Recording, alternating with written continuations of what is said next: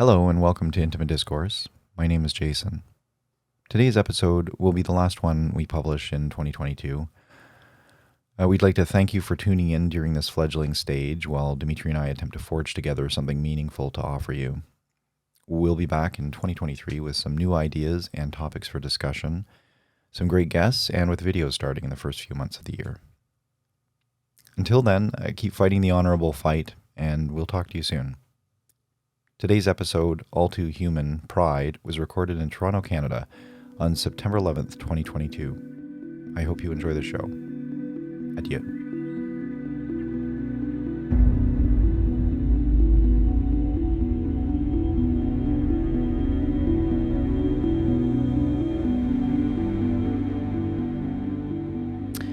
Hello, everyone. Welcome to the show. Jason is my name, and I'm here with Dimitri. Hello, everyone. Hello, all. Today we are doing a show on the human attribute of pride. Very interesting, much maligned, sort of like ambition, and closely related to ambition, I guess, in many ways. Ambition is sort of, I think of that as, it's funny, like I'm kind of doing a little bit of research on this, and in terms of movies, like if a review site is talking about famous movie characters who were involved, like had too much pride or overweening pride, you get things like, Al Pacino in Scarface, Tony Montana, and Jordan Belfort in Wolf of Wall Street, and Gordon Gekko and things like that. But I don't really see that as pride. I see that as ambition. And I think these are two separate things. Like pride to me is, I'll describe more about what pride means to me, but I think it is very distinct from ambition. Like I think you can be proud of yourself without being ambitious, and I think you can be ambitious without being proud. Although the two do go hand in hand sometimes. Both have their line they can cross. Mm-hmm. Yeah. Ambition can turn into greed, and pride can turn into hubris, I guess. Yeah. Speaking of hubris, let's start with the devil, Satan. Sort of where, I don't know, when I think of like when I think of like pride gone amok, I think of like, Milton's Paradise Lost, or like, the devil from, you might know him from such books as the Bible, and we've met. The concept of evil. Met. Yeah. So, but obviously an angel who was, in theory, whatever you say, but like, God's favorite angel, and kind of everything went to his head, I guess. And then he decided he wanted his own kingdom, or he wanted to sort of fire up a bit of a revolt. So when I think of that, it's like, I guess when you think of it that way, that is a little more ambitious than pride. But that's just, I don't know, how you always hear him described as like just had so much pride that he was smitten from heaven. And I guess pride would be like the instigator of ambition, almost, mm-hmm. in a sense. The fuel in the tank. Yeah, right. Because you're not going to be ambitious without pride and then act. Well, I can see being, I guess. I guess that's a good point. You might have it the other way around, where it's like you're proud. Like you can be proud of your family. You can be proud of, like your little homestead or whatever. It doesn't necessarily mean you're ambitious, right? But I think you're right. The other way around probably is a requirement. Like otherwise, what are you ambitious for? So it's kind of these days, like I said, it's not necessarily one of the, in fact, it's one of the 7 deadly sins, prides, which is interesting. And did you know it's not in the Bible? Oh, really? I think it's from Dante's Inferno. The 7 deadly sins in general? Yeah. I mean, it's in the Old Testament, but there were 8. I believe, I can pull them up. I believe there were 8 sins in the Old Testament. Yeah, in the Old Testament, 7 spirits of deceit are mentioned, including fornication, gluttony, fighting, vain glory, pride, lying, and injustice. Right. That's from the Old Testament. Yeah.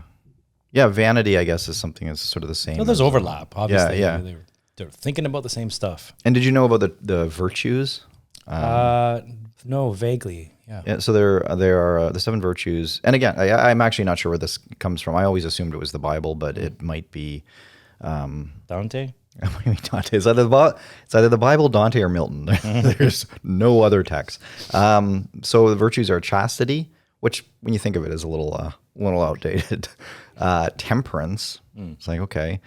Charity, that's diligence seems weird. You know what I mean? Like Ah, it's like well, tenacity, like I don't know, like a virtue. Protestant work ethic. I guess, yeah, I guess, sure. All right. Well, I'm just trying to think of like, yeah, in terms of like the seven virtues. That's like it's like Pride in the Name of Love. A good song, but does it make a top 10 list? No. Like I don't know. Kindness, patience, and humility. Humility, of course, being the opposite of pride. I think these days that it is still sort of continues to be a maligned. It's funny. I think that pride sort of got its day in the sun, maybe in the I don't know. I would even think like the Middle Ages or like.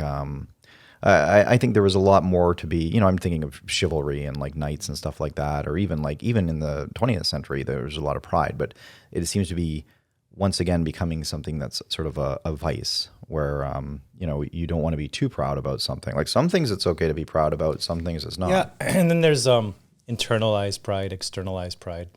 Yeah, Like I would counter though. I mean, I'm sure the tales of Homer with Odysseus and Achilles were pretty proud individuals as well, right? Or at least they were presented in a way that they're maybe you shouldn't be proud of them. This is the thing, but their virtues has created the characters they are, and therefore we should be proud of the good virtues they have. Right. And therefore act on the virtue, not just pride without the ambition of actually doing something. Yeah.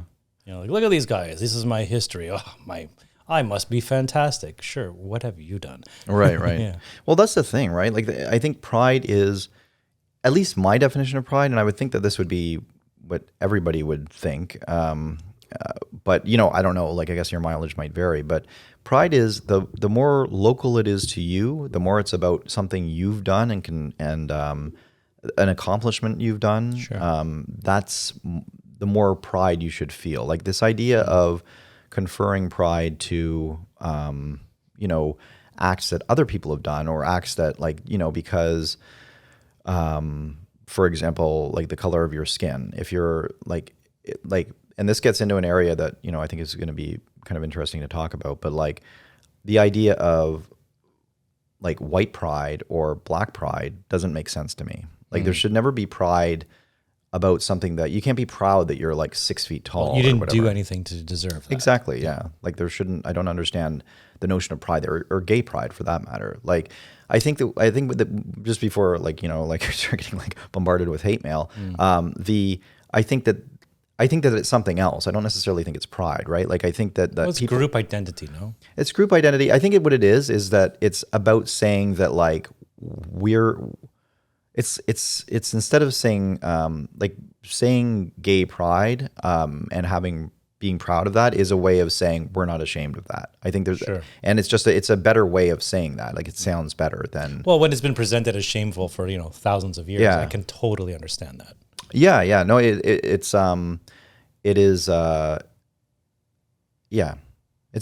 a misnomer, but it's like I certainly understand the motivation behind it. And when you get into like gay pride parades and everything where it's like this trumpets blaring and like flags waving and people marching down the street, it's like that's a celebration, I guess, of being of your identity, and it's saying we're not ashamed of this anymore. Sure, and I come all behind that in terms of equal rights.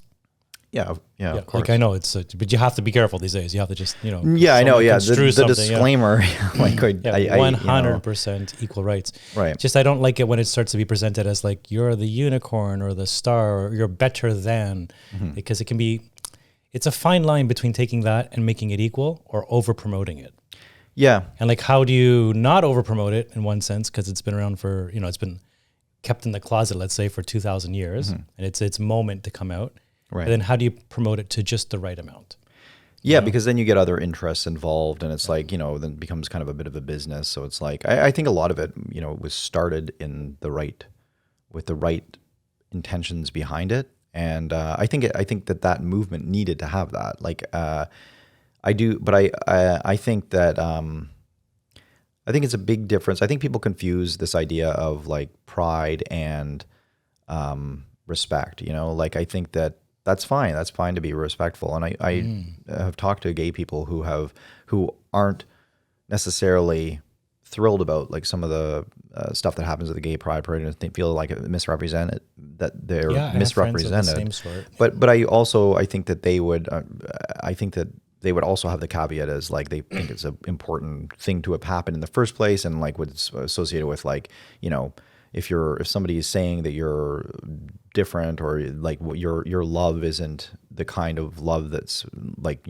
ordained by God or whatever, it's not true, then, it makes sense you're going to want to fire back with like, a sort of like a proud demonstration, like walking down the street and being like, well, it is true love.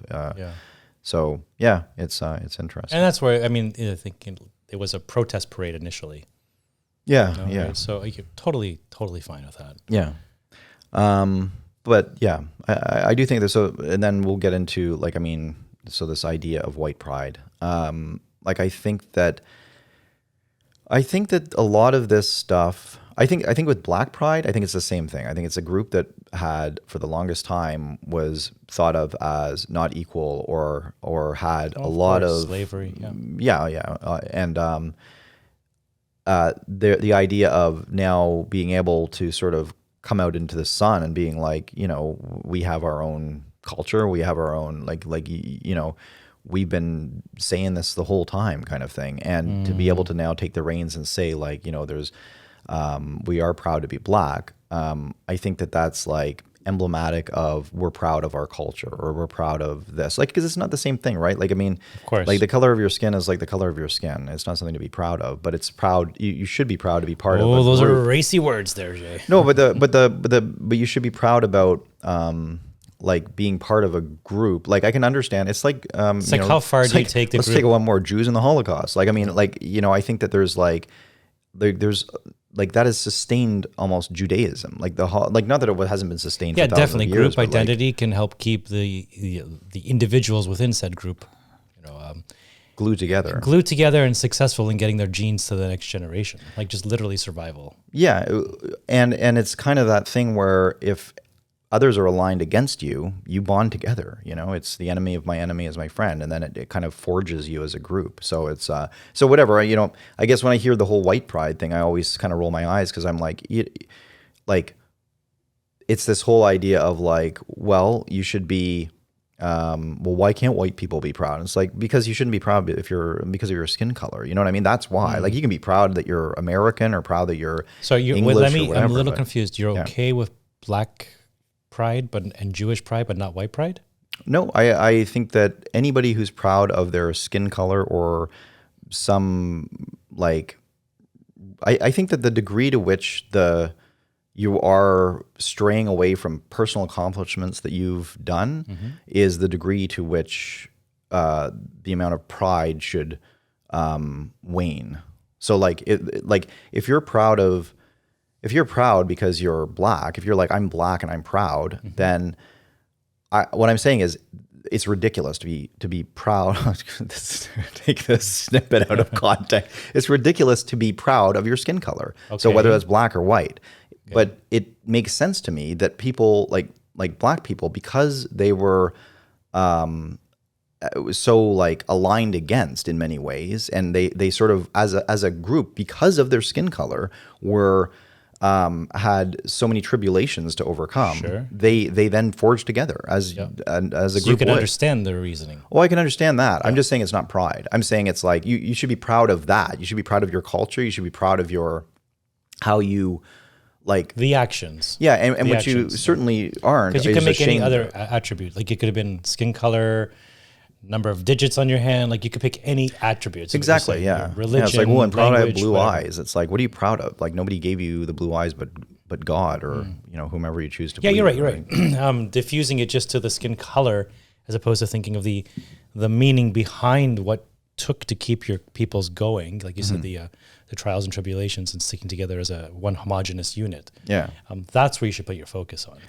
Right. Regardless of the attribute that differentiates you from the other groups. Absolutely. And I think it's important because I think these days it's so, we were talking before about like how people get caught up in like, well, you don't want to say the wrong thing in like a 5-minute, 10-minute soundbite or whatever. But it's like, we have to, as adults and as people who are trying to make sense of the world, get away from this whole idea of just like trying to capture somebody saying the wrong thing at the wrong time. It's like, within context, in context is, what I'm saying here is just, there's nothing, I don't think anyone really thinking about it would think there's anything like controversial about it. It's just that. For sure. And to your point, when you say white pride, black pride, Jewish pride, there's nothing about being white, black, or Jewish that made that actually actionable. Right. Right. So it's what made it actionable that is the thing you should be proud about. Yeah. We stuck together. We got ourselves educated. We were diligent with our money. Those are the attributes of said group that you should be proud about. Not the actual, well, my eyes happen to be blue. Therefore, I'm part of the blue group. And that's just amazing on its own. Yeah. But it's just, people like to downsize and like oversimplify things. Yeah, I think that's a way. It's a way to sell it, kind of thing, or whatever. But it is a little bit of the problem though, because it comes into these things where people are like, well, what about white pride? Because as a logic thing, you can say like, well, yeah, if they have black pride, why can't white people have white pride? But it's like, it's because, the difference is it's not the thing is it's not about skin color, and it's just not about skin color. So then you have, because black people were oppressed, that's what that's what that is. That's what that whole black pride. And if you're going to sit there and is. say Western Europe's accomplishments, or the West, of which even the West is divided into Eastern Europe and Western Europe, and of course, if you just look at World War II, you can see how non-unified Europe was. Right. And then to sit back and say, well, wait a sec, we have a lot to be proud about together. If you give people the chance, they'll find all kinds of things to create smaller and smaller groups. Yeah. And the smaller the group, the more I think that you have a right to be proud about it. We're more closely connected to the actual impetus why it is a group to begin with. Right. Yeah, like one of the things I've always had a problem with, like I don't know how athletic I am. I'm fairly athletic though. I do a lot of athletic things, but it's like, I used to watch sports all the time, like hockey and baseball, especially when I was young. But I've kind of gotten over it. And there was a period where I watched NFL football for a while.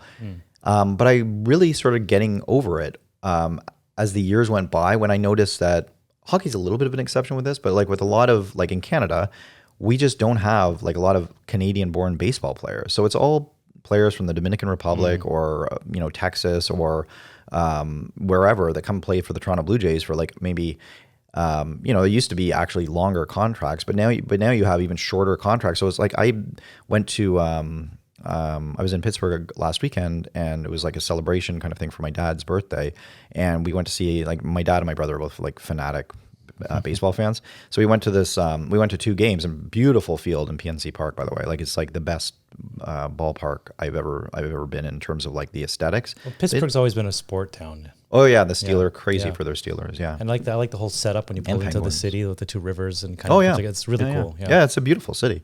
I'm surprised you don't really think of that, but it's like it actually is a really nice city, and the ballpark is amazing. And they did this cool little drone show, and it was really neat. I was like, okay, so what are the Jays doing? Because I don't really follow it. Like I don't know. There's been kind of runs where I'd get into it, but I used to, like, when I was young, like my grandmother was really into the Jays. Like I was really into the Jays, and I was into them for a long time. And then they had like the strike back in '93, and then there was like a couple of other things that happened. I'm like, corporate wise, that I was like, you know what, like I don't need this.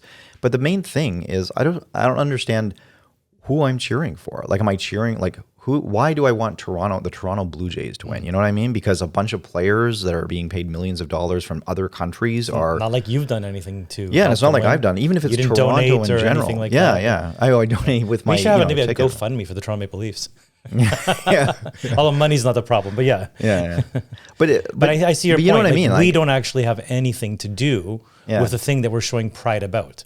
Yeah, exactly. Yeah. So you see, and I mean, I understand more, like, you get into like college football or high school football. It's like, okay, there's more of a connection. Group. Yeah, smaller group, more local. And it makes sense to feel more pride in that. Like, maybe you're not on the team, but you're friends with somebody who's on the team, and you're, maybe you guys were talking and like, you said some inspiring things. So you feel a little bit, in some way responsible for the game or whatever. You're kind of like, you're bonded together more. I guess just in the larger context, if you feel the pain of the losses, then you're also going to feel the joy of the wins. So it's what you feel. Yeah, maybe. You take it personally. Even though it's a group but thing. it just doesn't make sense. Like, I mean, I don't like, I don't want to deconstruct What am I it, doing but it's here? like, Why did I jump off the couch? yeah, I mean, sometimes it's just about, you don't even want to think about it too much because it's like, you still feel it. Like, I mean, I remember watching, It's tribal. yeah. It's really just a metaphor that's your army on the field. And somewhere in our, Cro-Magnon brains is like, well, my tribe, whoever's on that team just won and my city's safe. And my flags are amok and the people are on the streets and it's revolution and it's just, we're safe. I think it's very tribal. Yeah. You see that play out more in the Olympics, even when it's in individual sports. You get the flags going, the nationalism, people you've never met, never heard of, you'll never interact with. And all of a sudden, because they went to the same, they drive down the same roads or maybe trained at a facility you've passed by once, like that's where they trained. Yeah. I'm extra proud. Yeah. Because that's going to show that the system that you pay for in your taxes actually help produce that person. Yeah, maybe. Yeah. Beyond DNA, because obviously it's multicultural, so it's more like, USSR was showing their system versus the West's. Right. Right. Yeah, right. And it's like, okay, well, our system won. Or whatever. So it's really a battle of systems at that point. And then if you are a citizen of said system, then you do have a right to be proud of it. Right. Yeah, it's I mean, like if Earth battled the Martians or something like that, and there was a big war and we won, like we'd all feel proud to be Earthians. Or there's always spies amongst us. Yeah. It's really interesting though, and it's so human, or so faulty. It's almost atavistic. Yeah, like it's not even. It's like it's in that part of the brain where it's like old. You know what I mean? Like a kind of atavistic, like old, like harkens back to the caveman, like tribal, like you said. It's been years. I don't know. It might have been called the limbic system, but I forget.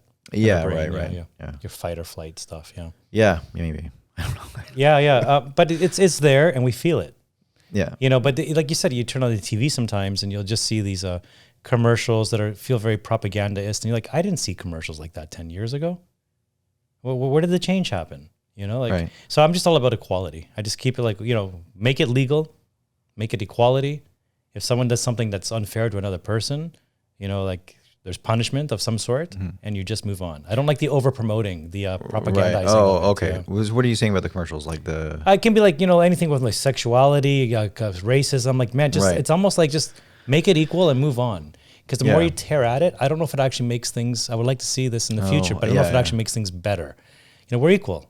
Awesome. Let's move forward. I think what I know what you mean, and I've seen it too, and I don't like it either. What bothers me about it is I really like I don't know how you would do this without it appearing disingenuous, but it really does. Every time I see it, all I see are a bunch of white guys in a boardroom like deciding, like looking at demographics, being like, which minority character do we need here? Like, let's make sure we represent everyone. And it's so disingenuous. It's so like. You could also say they're maybe like they're utilizing their pain to make themselves look more virtuous.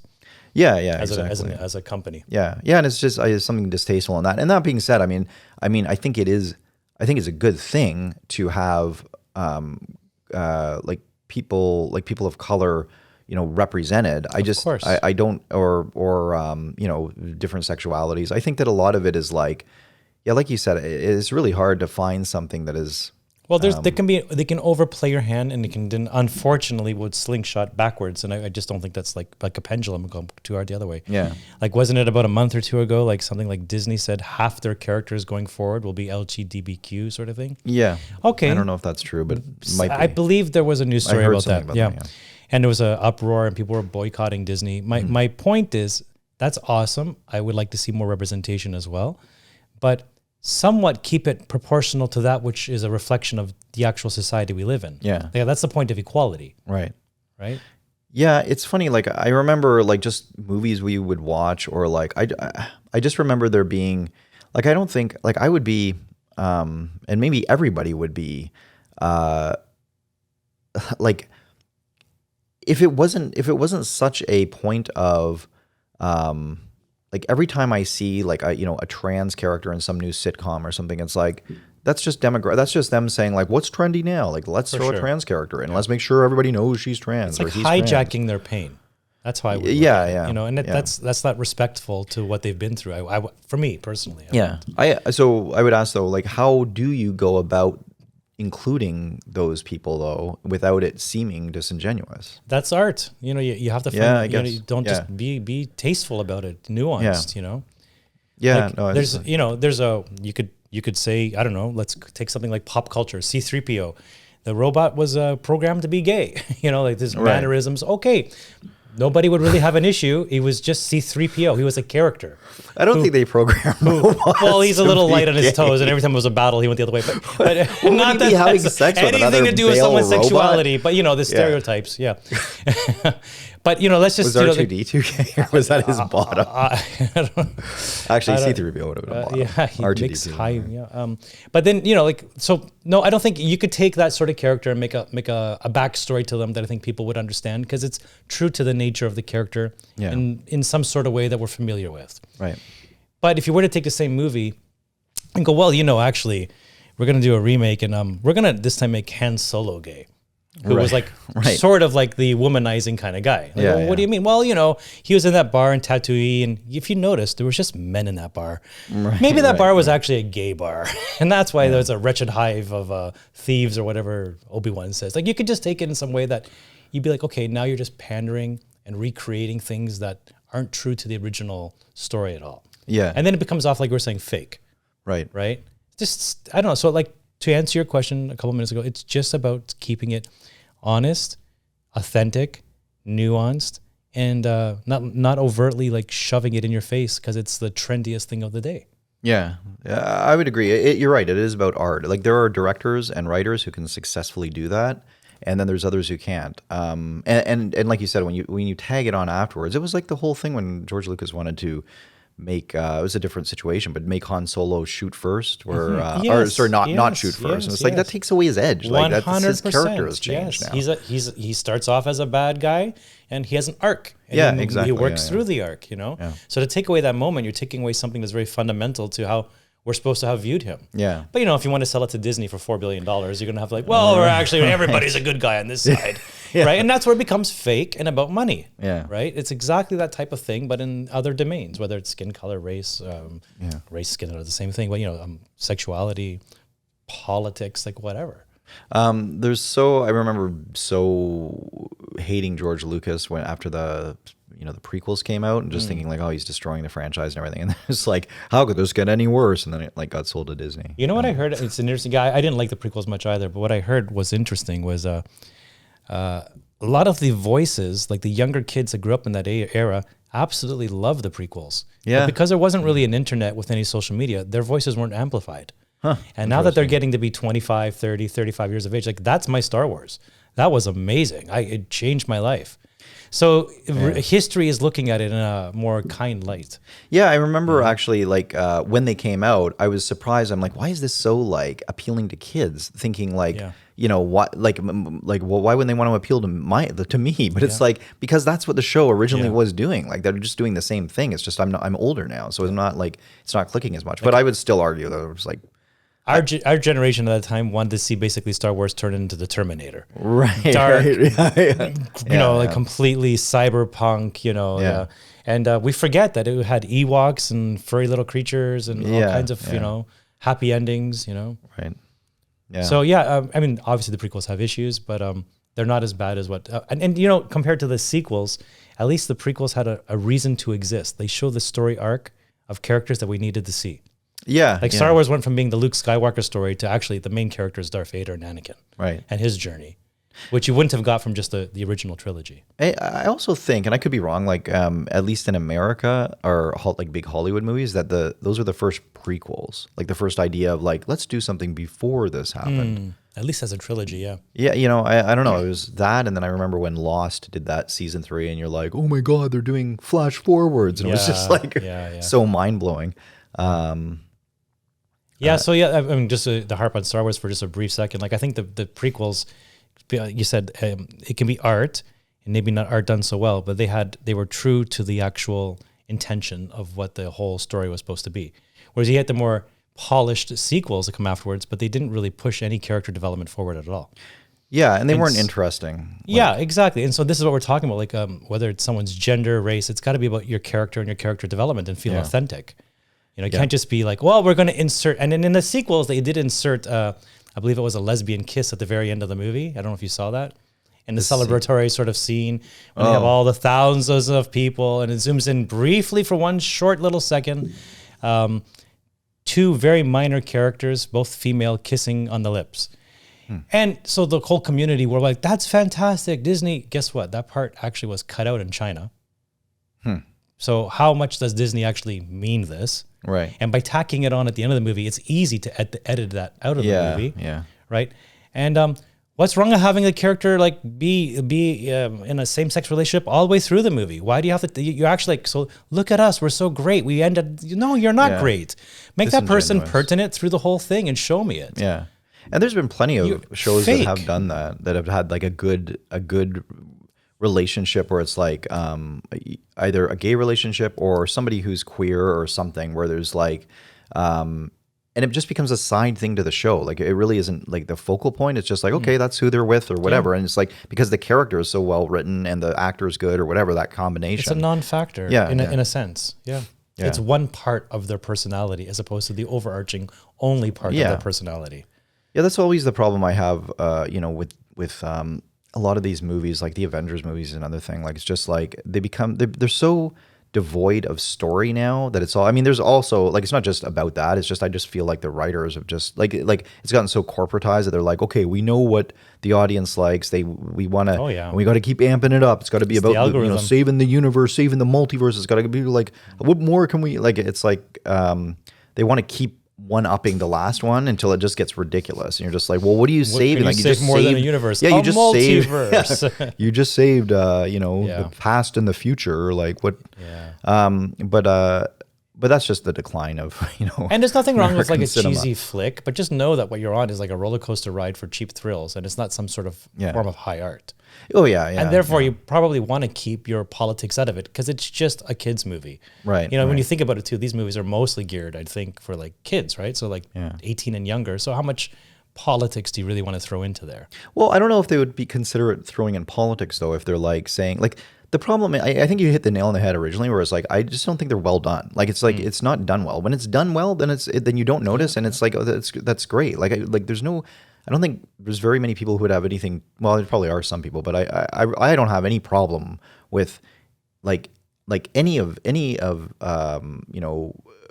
minority relationship types in shows or whatever, or anything like that. Like, it's just like, it just has to not be, the show has to not be about that. Like, it has to be about some, or unless it's like specifically about that. Like, what if you took like Dustin Hoffman in The Graduate, and he's having the affair with the woman, right? Mm-hmm. And then somehow, let's say you actually have the affair end, but for a different reason, because he actually decides he's gay. You're like, that's amazing. Right. Like, oh, wow. He came to some sort of revelation. Yeah. It's true to his character. It ends the relationship. Yeah. Because he realizes something internally about himself, and you move on, and she kind of comes to terms with it, and they actually become great friends, and just like, okay, that it is what it is, sort of thing. Like, you could easily, I shouldn't say easily, but it can be done. Yeah. But when it's tacked on to a little lesbian kiss at the end of a Star Wars film where you can edit it out easily when you go to China, don't tell me you really mean it. Right. Yeah. No, I agree. That's... Yeah, I think, and it's just that I think Hollywood movies is a good example, or a good, they really kind of set the template in a lot of ways for for culture in America and the West. There's a lot of, it's like one of their biggest exports is like Hollywood movies. I didn't know that before, but it's it actually makes like brings in a phenomenal amount of money into America, in the overseas market and whatnot. So does that mean our values are becoming globalized? In order to please the capitalistic nature of our world? Well, it's better than, soybeans being your major export, right? So like capitalism is homogenizing our values globally. Yeah.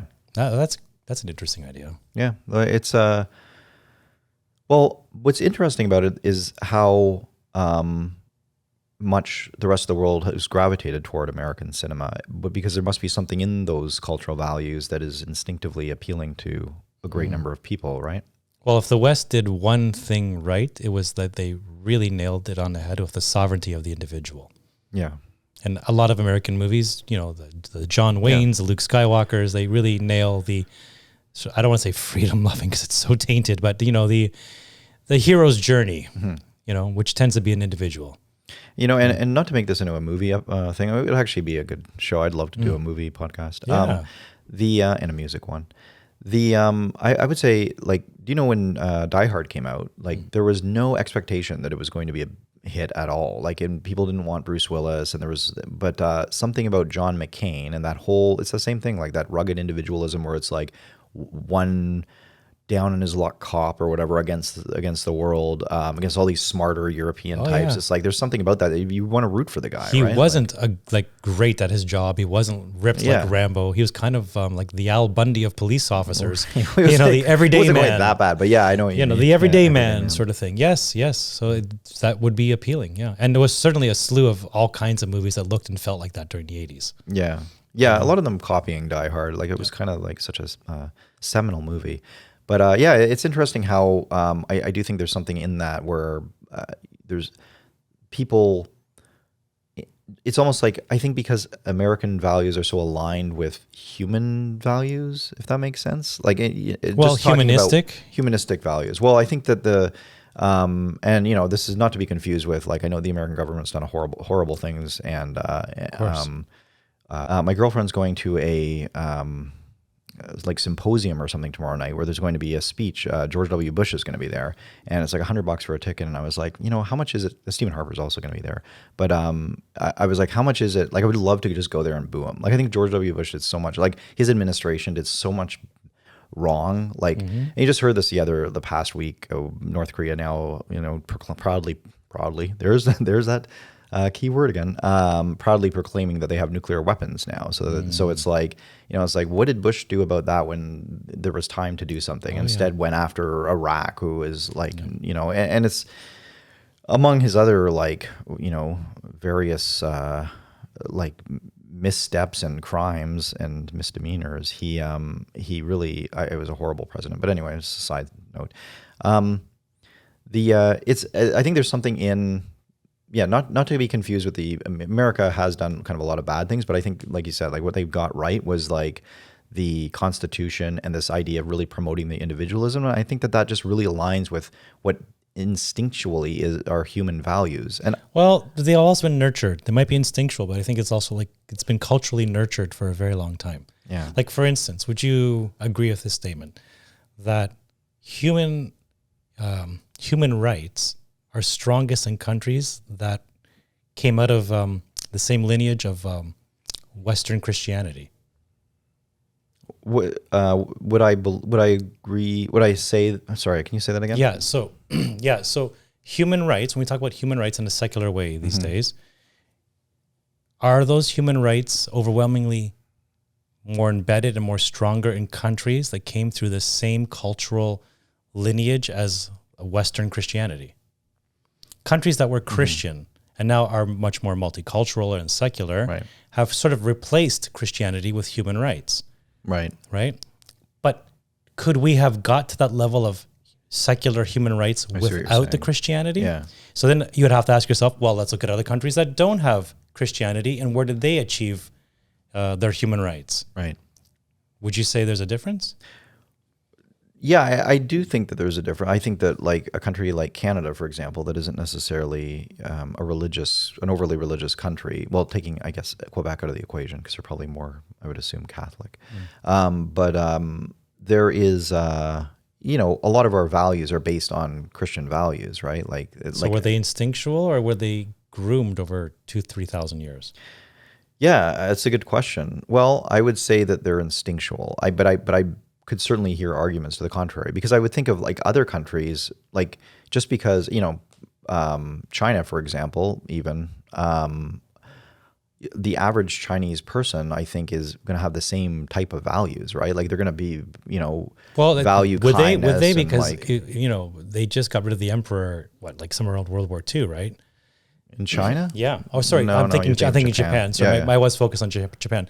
So you're saying human rights would have the same weight in China as the West? I think humanity everybody has the same, like everybody cares for their children. I think there's certainly ways that everybody has the same potential. But has that potential been, as you said, instinct, but has it been groomed and nurtured in the same way that it's actually visibly different on the street? I would say countries on whole, not individuals, like China, Mongolia, Russia, Africa. It pains me to say this because I only see the potential in all humans to be better. But I would be hard pressed to say human rights are better in those countries than in the West. Yeah, I would agree. But Russia's a Christian country. Yeah, I guess they went through it's that whole a little, communism thing for a while. Yeah, you have that, and communism replaced it, and so you see the difference though too when you go from, let's say, Christian and democracy to Christian communism. These things oscillate up and down, but you'd have a hard time. But and for all its communism, like it sounds like the most altruistic human rights program ever made. Right. But again, that's the problem with there, because I think they're going for the collective versus the rights of the individual. Right. Which is completely the opposite of, really, if you want, maybe you'll totally disagree. I'm going to go on a limb here. But if you think about it, some people always ask, like, well, wouldn't Jesus be a Democrat today? He's like thinking about the little guy, socialize. It's all the community together. And I can totally understand that argument. This is broke too. So What's that? He was broke. He's on the dole, sitting in the sand, with hand out, But really, and I for most of my life, I always thought, Jesus would have been a Democrat. These are the values that he would have espoused the most. But then I thought about it from a slightly different point of view. Like, yes, on that one level, he would have been Democrat, but he was also quite the individualist, which would put him on the right side. Well, with responsibility. Personal responsibility. It's actually, don't go through the synagogue. It's going to be you and God, one-on-one. We're going to bypass all this sort of bureaucratic stuff, which is more socialist, and it's just you and God, and that's it. And it's kind of really direct and individualized. And I think there's a reason why then Christianity really took off once they left in like the Hellenic states, because they were the countries that valued the sanctity and sovereignty of the individual the most. Right. For all their faults. And yes, Sparta had slaves, yes.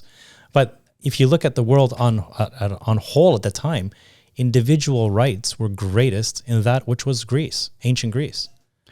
So therefore, like it's really compatible in that sense. His brand, let's say, of Jesus's, let's bypass the bureaucratic state, and it's just you and God.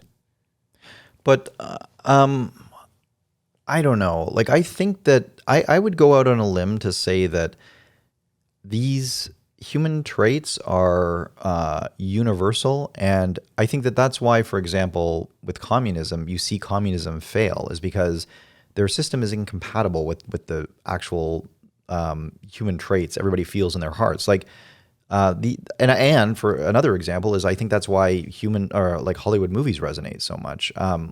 There's just this sort of inherent truth to them that I think that people, and I'm just speaking like I think there's an inherent truth in them that they're telling stories that are instinctively familiar or instinctively feel good. Well, they're all based on values we have as a culture. But has been exhibited in other stories we've had, from Shakespeare back to Euripides or something. Well, I'm just saying that even in countries like India or in countries like China, like you'll still get that importation of American culture from, because the human on an individual level, like we're all the same, desires that. Yeah. Like there's a reason why ancient Greece went from being ancient Greece to like the Hellenic Republic, because Hellenism was really no longer about your genes. It was about believing in these ideals and spreading them around the world. It was kind of like the first franchise, Alexander the Great, sort of, we're going to take these ideals and completely just, they will morph and change a little bit as we head in that time east from Athens. But certainly they were recognized even then to be universal traits of which everybody would enjoy and is capable of adhering to. Right. So there's nothing ethnic about it. There's nothing skin color about it or your sexuality about it. Right. Because it's really universal. But universal on an individual level, whereas communism tries to make it as a collective centrist beast, which totally decimates the sovereignty of the individual for the better good of the collective, which we see coming into, that way of thinking through green agendas and everything else these days here. Yeah. It feels going back to pride, you feel proud to sacrifice for the collective. Right. Right? And They're almost utilizing that now. yeah. Yeah, I It's think the noble virtue. Like they've actually taken it into a virtue. Instead of having the humility, you're taking that pride and say, I will sacrifice and I'll be proud for that sacrifice for the collective. Yeah. Did you hear recently about the truckers' protest? There was something. I just saw this and I actually thought of you when I read it. It was like something like 70% of Canadians wouldn't vote for somebody who supported the Canada Trucker Convoy. That was a recent poll? That was like a few days ago, and I think I need to see that. It's funny. Well, I mean, who knows how these things are worded? But I just thought it smelled like propaganda to me, and it smelled like, okay, we got to make sure that Trying to shoot Polyev down before yeah, he gets that's started. what I was thinking. 100%. So yeah, and so Pierre Paul. Well, why don't you talk a little about it? Well, he just won last night the Conservative Party's leadership. What do you call these things? Election? Is it? Yeah, the leadership convention. Convention, yeah. And I talk to a lot of people on a daily basis, and I'll ask them all the time. So, like, what do you think of this guy? Or they'll ask me because they just know my nature, and I enjoy these sorts of conversations. And when I ask them, they're like, "Well, I can't vote for somebody who has those sorts of ideas and policies." And then I'll ask them, "Well, what exactly about the policies of Pierre Poilievre's do you not like?" And like, well, I don't actually know much about his policies, but I just know, and then just to your point, the truckers and people with beards and the fringe movements of Alberta, and he'll never win Ontario with a platform like that. I'm like, well, what platform? Like, what are we talking about here? Other than defund the CBC, which is definitely a brand new and very extreme policy. But you have to admit, 3 out of the 4 leadership candidates for the Conservative Party had that as their platform as well. So how fringe is it when 3 of the 4 leadership candidates are proposing the same reduction in subsidies to the state-sponsored news outlet? Yeah.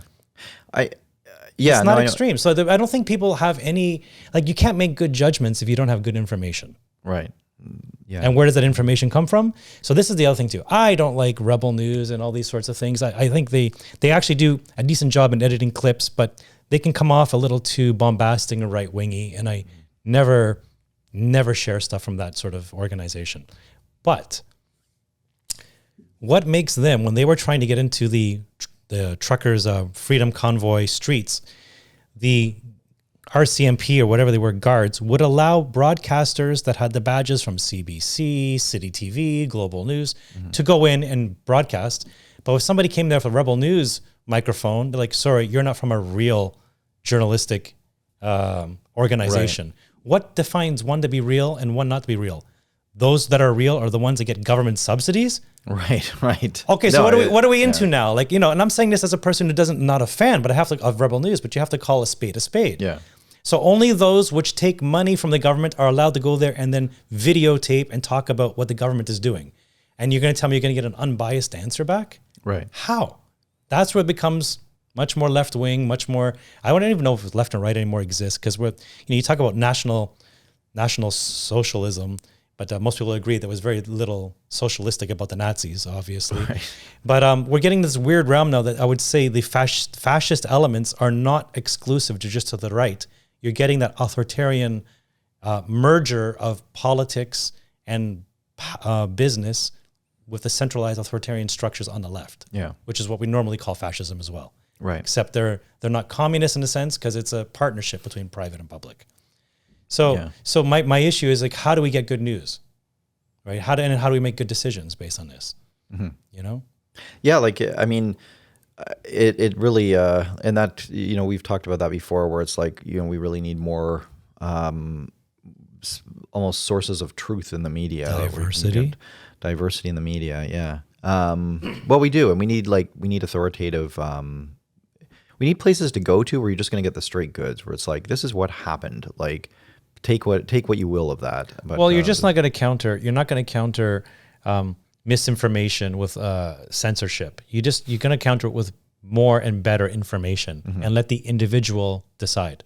Yeah. Because really, it's messy. It's dangerous. We're educated and we're adults. And that's why we allow people of a certain age to vote. Right. Which, by the way, the left wants to lower to 16. Like, right. But what are we doing? You know? Like we did have this incident rather. I don't know. Did you see it about 2-3 weeks ago where some person came up to Chrystia Freeland, our deputy prime minister in Alberta? I believe she was in some sort of government offices, maybe a city hall of some sort, doing some maybe even personal business. I don't think it was on official business. And he had a beard and he had a white, what do we call them, undershirt on, Oh, okay, wife beater. Yeah, I'm just trying to stay away from those words, yeah. But so it's almost like it was planned because it just like he just looked the role so much. But I guess maybe it wasn't. I don't know. And he started like, what are you doing in Alberta? Get out of here. You're a traitor. And she quickly moved into the elevator. I believe she did have some security with her, and the man didn't follow her into the elevator, and off she went. I was raised with a certain etiquette. It's not polite. It's rude.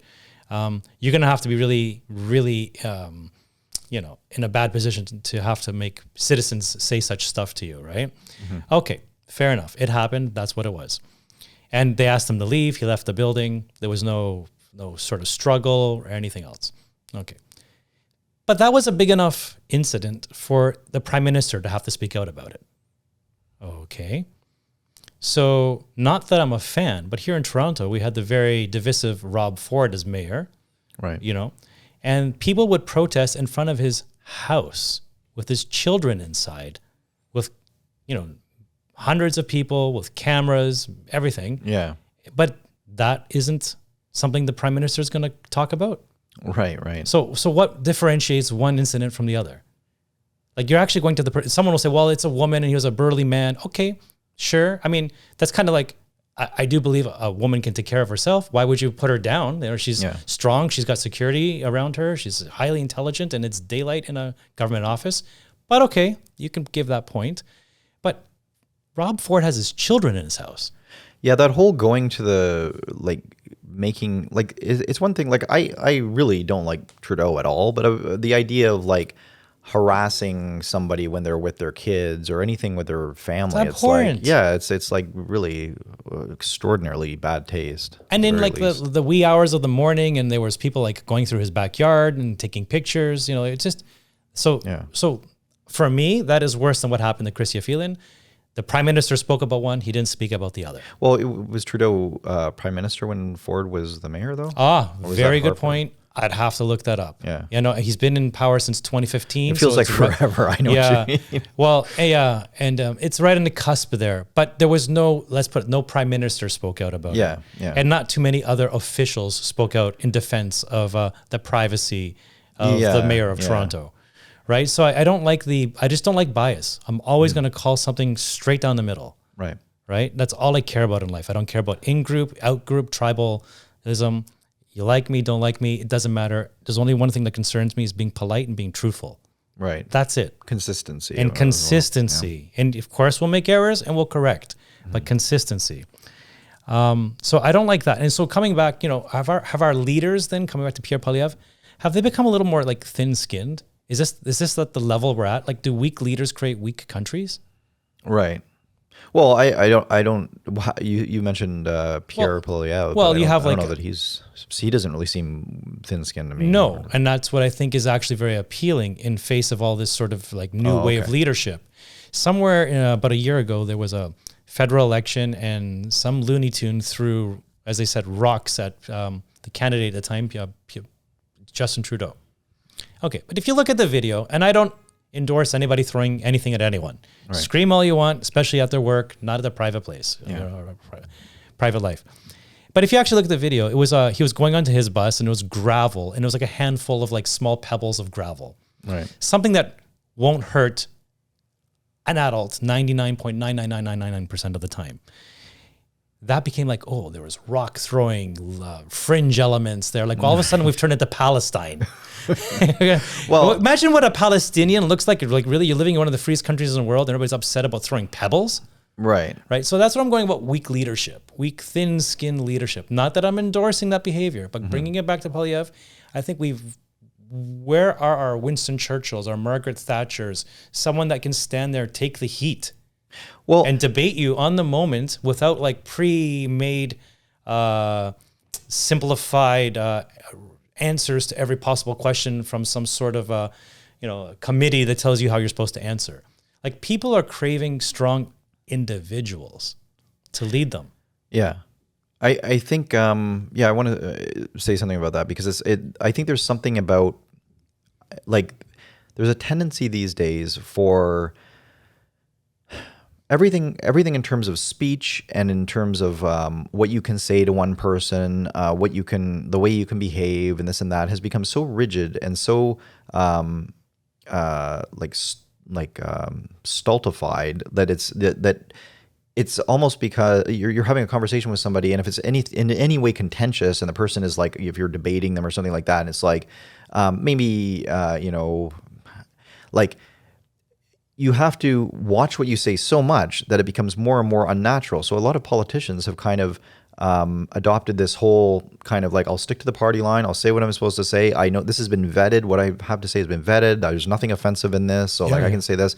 So you get, like, you see Trudeau talking, and it's infuriating listening to him in question period, where he just repeats the same things with that kind of like, as Canadians. And like, it's just like, it's the most horrible oratory and rhetoric I've ever seen in my life. Yeah. And you think like that there's something so inhuman about that, right? So I think like that an algorithm speaking to you, because what he's basing his answers off of is whatever the latest poll was. Yeah. And the poll is going to be some sort of mathematical calculation of how the people you're expecting them to want you to respond. Yeah, it's like you've been on hold for an hour on tech support, and it's like, we're sorry to keep you waiting. And it's that thing, and it's just like even more irritating if they hadn't said anything at all. So I think that kind of brings about this anger where it's like, I don't condone like throwing things or anything, but it's like, I think we live in a different time. Like, I don't think that Churchill would ever have inspired that, because it was just more natural. Like, it was like, he was more like, even if you disagreed with him, it's like you knew what you got with him. It wasn't this like he was hiding behind some sort of. And you have to ask why the people are that frustrated. Yeah. Like, and what actually happened? Yeah. Like, did Marie Antoinette complain when the protesters came to her? Just let them eat cake. Can you imagine? Like we've really, I don't know. We've lost our backbone. Yeah, well, we are a lot more thin-skinned, and that's what happens. Like, because nobody believes in anything anymore. Does Trudeau really believe in what he's saying? Who knows? If he did, then he's gonna have passion in that moment. Yeah, from the inside out, saying, no. Listen, this is what we're doing, and now let me tell you why. But when he's just dress rehearsed, going from one thing to the next, it's probably like being on stage and the lighting not being right. You just feel off, as opposed to, listen, lights or no lights. I got to tell you something. And that's where, bringing it back to Pierre Poilievre, he will smoke Justin Trudeau in any debate one-on-one. And I think you're going to see the population of Canada, they don't know who Pierre Poilievre really is yet. Yeah. I ask clients all the time, have you not seen him debate over the WE scandals and everything else one-on-one with Justin Trudeau? And people are like, oh no, I haven't really, like, they're all over the internet. Like, what are you watching? Like, is it just because they don't show those interactions on the CBC? Because I actually believe in a debate, he will be able to, Pierre Poilievre, articulate his support for the truckers in a way that people will agree with him. Yeah. The science is with the truckers. We're living what the truckers asked for. Right. We're without masks, so, we're without vaccine. I asked somebody the other day, like, wow, my masks came off March 20th. The vaccine passport QR code system stopped April 1st. And people were like, oh, wow, really? Yeah, I forgot all about that. Yeah, it's easy for you to forget about it when you were part of the tribe that did the segregating. Yeah. The other people haven't. And you're going to have a day of reckoning to ask yourself, was that actually justified? Yeah. And when we look at the science in retrospect, which those who were on the outside of the segregation system knew, how you're going to have to side with what the science showed, which was that the truckers were right. There's nothing different from January till now. And we're dealing with Omicron. We have vaccines. If anything, we're more freshly boosted of 2 shots than we are now. So I would ask people all the time, I'm like, 2 haircuts ago, we were wearing masks and now you're not. What's changed? Well, I just kind of feel a little better now. I don't know. It's summer. So you actually don't have any science behind this. It's just a feeling. Right. Which goes back to politics too. Like, how much of people are just going to vote on a feeling? So the thing with Pierre Poilievre is I hope he doesn't come off as too, I can throw stones at Crystal Castles. It's very easy to be the band. Yeah. Nobody will know that. But it was also a video game in the 80s. Yeah. Was it? Yeah. Commodore game, I believe. Yeah. Crystal Castles. I think that's where they took the name from. Oh, yeah. Oh, really? Yeah, cool. Well, their music kind of sounds like that. Yeah, very like video game-ish yeah, it's or whatever. Cool. But good band. Yeah. Very much so. Yeah. So authenticity is going to go a long way. Yeah. Yeah. And media savvy and social media savvy. And he has that.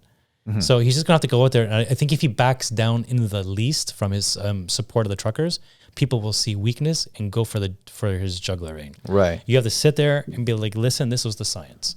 And he never said, I support blocking critical infrastructure. There's nuance into how much you actually support the Freedom Convoy. Yeah. It's not like you're all in or all out. Yeah. You know? And a lot of that will come down to the Emergencies Act inquiry that has to be happening now in the fall, whether the federal government was justified in the measures. Because if it comes out through the inquiry that they weren't, that's going to only support Pierre Poilievre's position. Mm-hmm.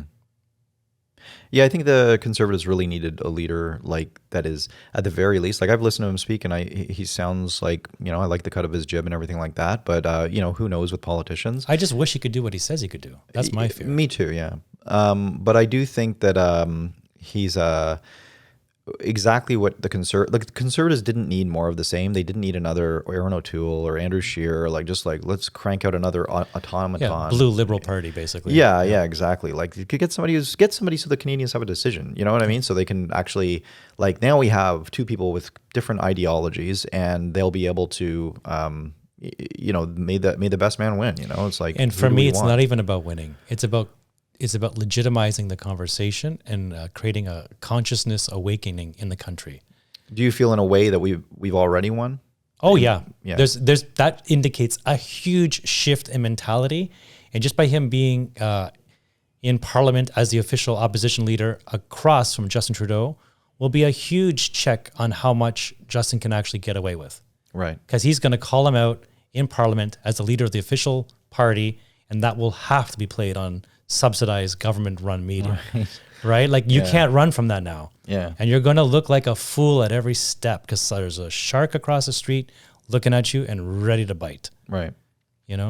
So I think, again, it's all about checks and balances, and that's what makes our society one of the best. It's not, I'm a classic liberal. I don't like saying or feeling comfortable putting myself in a rightish wing, even though Canada, by all metrics, is more center-left anyways. So even our right-wing party here will probably be the Democrats in the States kind of thing. Right. So it is all relative, but it's very difficult for me to say I support a conservative leader. It's not where I naturally fall at all. But I have to be straight and call a spade a spade. And when something has gone too far, like I'm seeing, coming back to what we sat down to talk about today, I'm seeing too much like excessive pride and ideological ambition coming from the Liberal Party. Right, yeah. There's no humility, what they did to people over the last 2.5 years, which science proves was wrong. Yeah, there will never be a point of reflection and a point of, like an honest point of reflection and apology to, or even not even an apology. There won't be a point where it's like, maybe we overstepped things. We were trying to be overly cautious. As soon as they do that, they open themselves up for like lawsuits. Yeah, maybe. So I can only imagine, to be sympathetic and again, balanced, I can only imagine what it's like to be a politician and be worried about a lawsuit coming back on you during a time of a pandemic. That's hard. Yeah. I don't envy anyone in that position at all. But here we are, going into fall 2022, so we're rounding 3 years almost of this pandemic, and virtually everybody, despite all mitigation methods, has caught the virus. So it's to catch COVID is inevitable. And we have existing science in even like the Canadian, I believe it was, or Ontario pandemic planning guide that clearly illustrated or documented, don't do these measures. Lockdowns and wearing masks, they will not work. And yet we went against our own recommendations, our own historical recommendations. So that's a day of reckoning that, like coming back, you're going to have to show some humility and put aside the pride and ambition. Yeah. So it never happens again to the children. To the children. Just to anybody on the outside, like we talk about the laptop class, yet it was the 30-year-old that was not really at particularly high risk of anything bad happening through COVID had to stay home. But then the 55, 6-year-old person had to go work who was at high risk, had to go work in an Amazon warehouse. You know how this is going to be spun, right? Like, or is probably already being spun, is this whole like, well, it was a new situation. We didn't know what we were doing. We were trying to make the best, most safest decision at the time, like all this. It is bullshit, because it's like, well, then you shouldn't have been in charge, because other people were making decisions that were different, and there was plenty of science. Like, if you really wanted to, like, I understand taking a cautious approach. I understand like a lot of 2 weeks to flatten the curve, no problem. I don't think anybody had an issue with the first lockdown.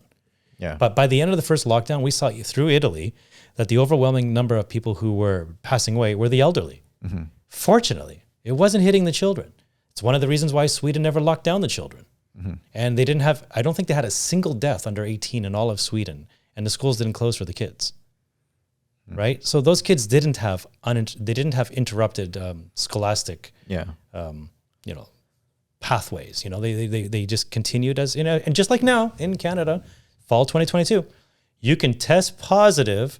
Okay, this is Looney Tunes. You can test positive. I don't know if you know this now. It came out last week. As long as you don't have a fever, even if you're testing positive, you can go back to work. Really? Yeah. Wow. And Sweden has said the whole time, if you're sick, stay home. Mm-hmm. Right? So we're basically doing what the Swedes have always said to do. Mm-hmm. So how did one country figure it out and not the rest of the world? And what did the media say about that country? Well, they're just a renegade. All of a sudden, your wonderful and they're center-leftist government. They're not actually right-wing. So I don't follow this left-right narrative on this at all. I just follow science. Yeah. So hopefully the tide has turned a bit. The curtain has revealed the game when it comes down to like digital IDs and freezing bank accounts.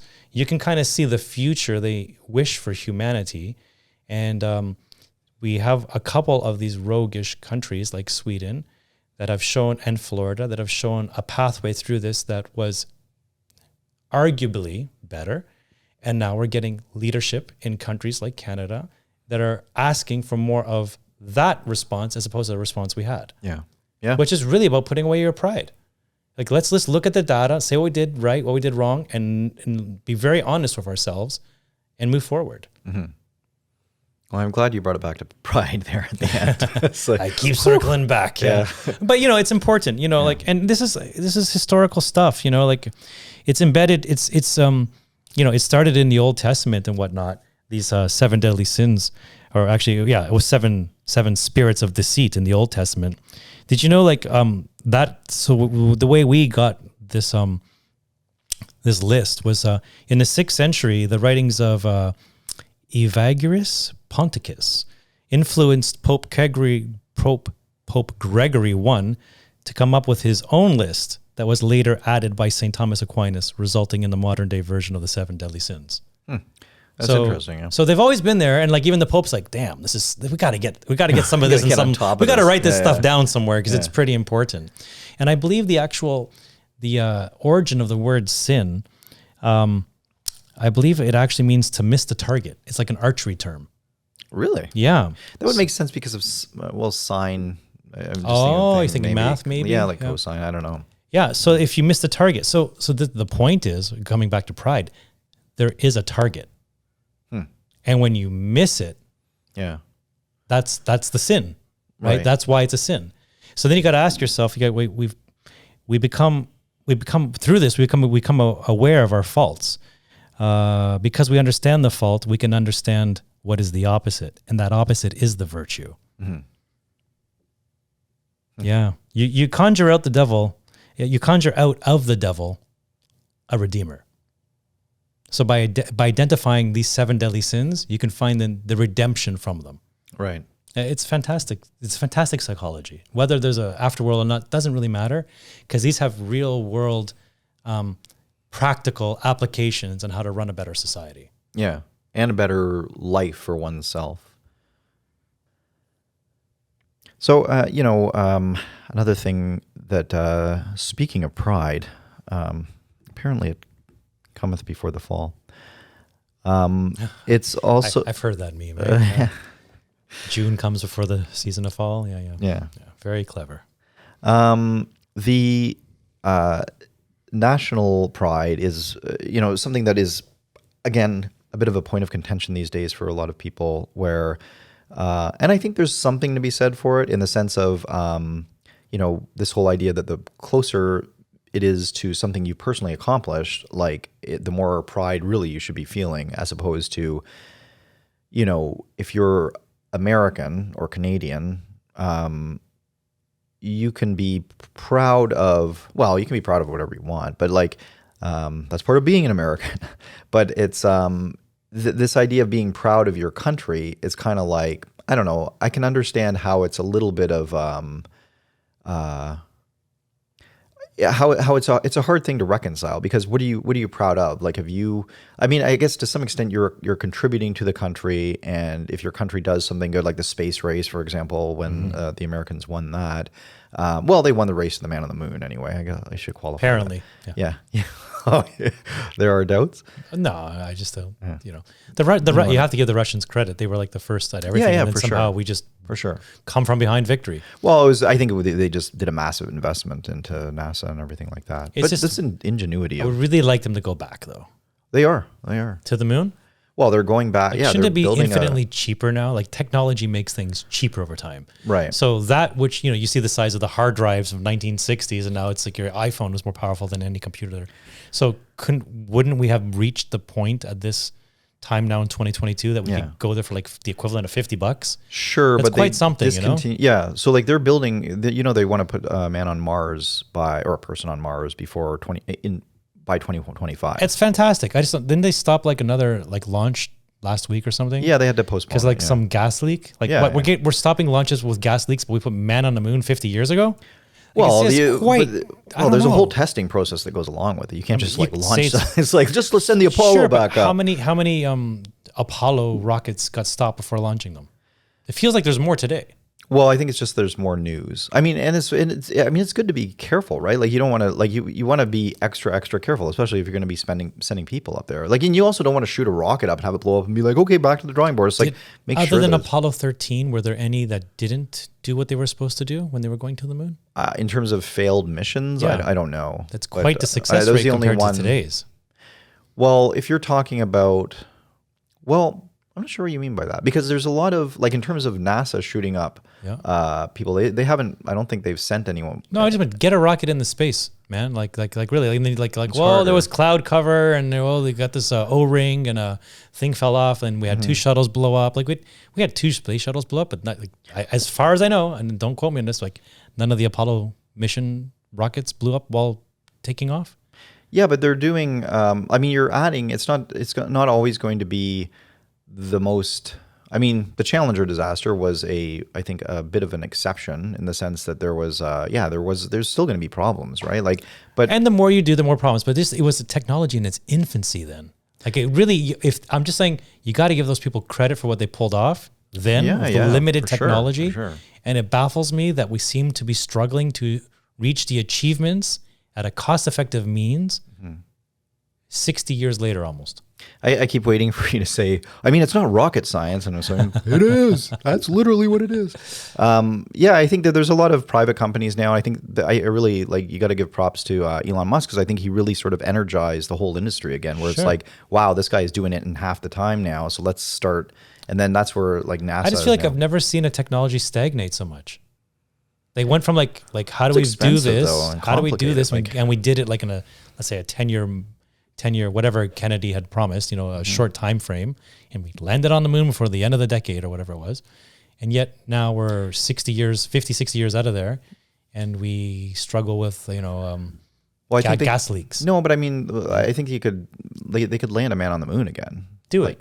Well, but why? They're right now they're going for Mars. You have to, do it to be for justification cheaper. To. We're having a hard time putting celebrities in space. Well, not really. That's a long time frame. No, the commercialization of it is starting to, there's that competition, which is great for the industry, because then you have people like Musk or Bezos or whoever that are I love it. sending things up, and there's a lot of little private companies. Very late. I don't know. This is a long time. Okay, so how do you send a rocket up into space? No, if I was in charge, maybe I could. Well, but my look. To play devil's advocate, there's been certain technologies that seem to have stagnated in a commercial use. For instance, a Boeing 747 of the 1960s and 70s is pretty much the same type of plane we fly today. And I could, to my point, I could like, why aren't we flying to London in 3 hours with half the gas? The technology should have progressed. Because nobody wants to pay for a Concorde. Okay. That's why they discontinued it. And it's the same thing with the space race. I mean, I agree. I'm playing devil's advocate to my point. So I can see that in an everyday thing.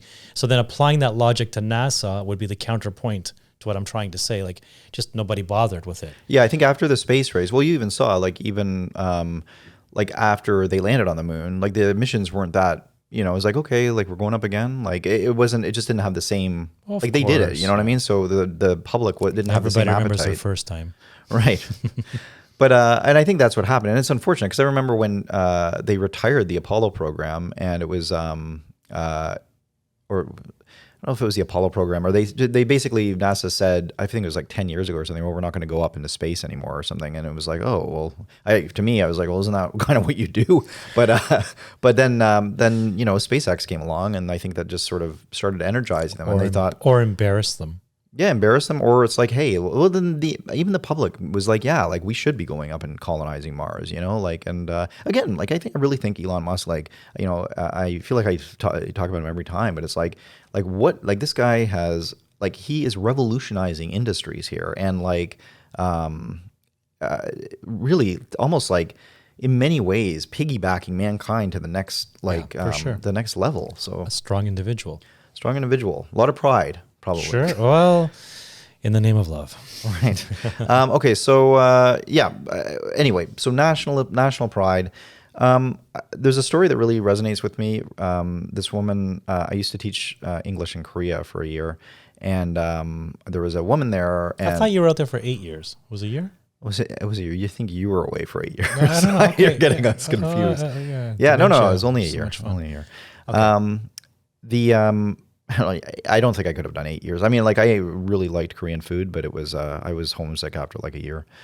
So there was this woman. It was this whole family in Korea that I taught, and they had a little bit of a sort of a pro-American slant to their politics, and they were very hawkish in the way that they wanted their own government to deal with the North Koreans and everything like that. It was around the time that I think Kim Jong, I don't know, it was 2004, so like 2003, 2004, whatever that. There was, but there was a lot of feeling in South Korea that was anti-American because of a lot of the stuff that Bush was doing. Sure. And these guys were sort of pro-American. They're like, well, we're happy to have the Americans troops here because everything that happened in the Korean War and this and that. And he was really divisive, George Bush. I mean, I was living in the States at the time. People didn't want to put American flags up, drink Coca-Cola. I was living in Greece at the time, rather. And yeah, even American flags, Coca-Cola, people were just staying away from that stuff. Yeah. Like he would say, I mean, you can say anything you want about, like, I know people don't necessarily like Clinton or Obama and everything like that. Bush was the worst of them all, like in my opinion. Like of any of the presidents that I know of or have done any kind of reading on, like Bush is the worst of them all. Remember those Bushisms? Like all the little sayings he would say, Yeah. Get them evildoers. Oh yeah. Oh, he's a moron. And and by Bush I mean his administration. Of course. It wasn't even just him. Like the guy seems like a simpleton, but Dad seems like a good guy though. Like relatively speaking. I was a Democrat. I was more of a Dukakis man back in the day. So I was very upset that the first George Bush won. 1,000 points a light. Yeah, I wasn't into him at all. Yeah. I just felt with those guys, I felt like they wanted war. Well, I felt that with George W. Bush for sure. So the feeling, I got that with the feeling with the first one. And we got a war with him too, yeah. Yeah, I don't know. But you should, like, I've done a little bit of reading on him, so it's kind of like, I guess maybe some of it, and who knows how much it all is. I mean, he was the director of the CIA, right? So it's like, who knows how much is, I'm just kind of getting the whitewashed version. The problem, and I want to come back to this in a minute or two, like I'll finish your Korea story, but the problem with these people is that as they become like, the United States doesn't have any kind of monarchy, but so what they do is they elevate these people almost to like the kings and queens of their countries, and then you get dynasties. But we'll come back to that in a second. No, I agree.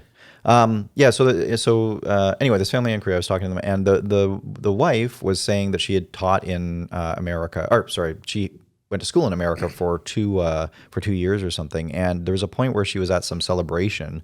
I think it was like the 4th of July or some celebration like that, where she was really struck, and profoundly so, with when the national anthem was played, how much pride the people seemed to have in it. Like they took their hats off, they were very respectful.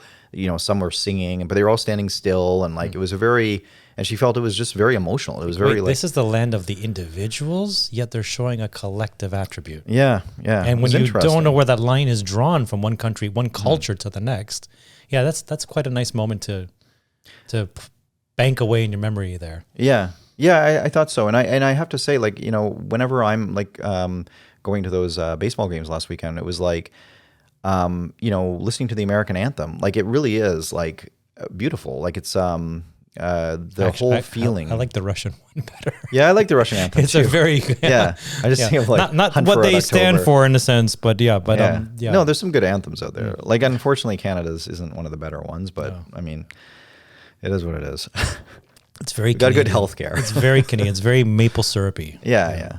You know what? In many ways, it's not like proud to be. Am I proud to be a Canadian? I'm not necessarily proud, but I'm happy. Like I just in the sense that it seems silly for me to be proud that I was born here. You know what I mean? I didn't move here. So could you say my father did, but and for that he's very proud of. Like he couldn't have picked a better country in his opinion. But could you say part of the national character of Canada is that we've actually conquered the sin of pride in a sense, because we've actually learned to temper how much pride we feel even in our own country? Maybe.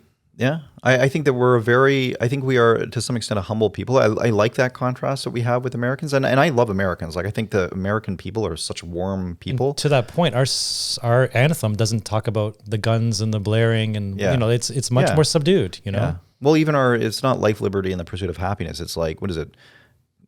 Peace, something, and good government. It's like whoa, real inspiring. But it's but it is what it is. Like I like being Canadian. You know what I mean? I'm not necessarily, would I die for my country? I don't think so. Like would I die for would I die for certain ideals? Maybe. Would I die for my family? Probably. But would you die for your neighbor that you'll never know their name? No. Okay. I wouldn't. I wouldn't. It's not a confessional. I wouldn't go to. I would never. So like, I like to think of the fact that for the Nazis, would I have fought against the Nazis? Like, if ever you were going to join the army, if ever I was going to join the army, it would have to be something like that. It would have to be like, okay, it's like we're basically versus evil at this point. So it's like, okay, like if it's like an alien invasion, like something like that. Okay, I'll go. I'll fight for that. I'll fight for the human race. But I'm not going to go. And like, wait, wouldn't you? So I would die for any unknown person if that person was part, let's say in this sense, in Canada, but doesn't have to be. It's definitely not exclusive to Canada. If by them staying alive kept the ideals of which I found more valuable alive. So I would die for freedom. I would die for democracy. Would you die for Pierre Polyev? If he represented those and meant them, absolutely. No doubt about it. Because it's the idea that has to remain, not my body. Yeah, but there's nothing to say that idea, it kind of makes me think of like, times in, well, actually, you could think of in Nazi Germany where it's like you can still, the Jewish people, like trying to keep their identity alive. Do you live to fight another day, or do you try to fight, or do you basically, you challenge something, or you challenge like, you say like, no, I'm not going to collaborate with you. And it's like, okay, well then you're going to die. Like there's no immediate benefit. Well, each case is a little bit different, but the point is if that person died, but it kept the culture going in some other way, then that's a valuable loss. You're net positive from that loss. I guess. I don't have that kind of. I wouldn't do that. I would collaborate. Well, but you work under like. I mean, I just know that I don't know if I necessarily collaborate, and I don't think anyone really knows what they would do until they're in that position. Of course, it's very case specific. Yeah, I just know that I would be very hard pressed to, and maybe it's just now in my life because I'm older and I'm not like. I'm a little wiser to the machinations of government and stuff like that. Like if the government was like, we're going to go to war with, Argentina because those are our islands or whatever. Yeah. I think I'd be like, well, no, I'm not going to go in that war. Like I'm not going to fight. Yeah, for sure. You could argue though that you've already lived so much of your life that you don't have as much to lose, and so therefore, the equation changes a bit. But yeah, I wouldn't die for in a sense, politics. I would die for ideals. And I know those ideals can still be usurped by politics in the future, but I can't worry about that inevitably. Like, it's not going to be, anything can change in the future. Right.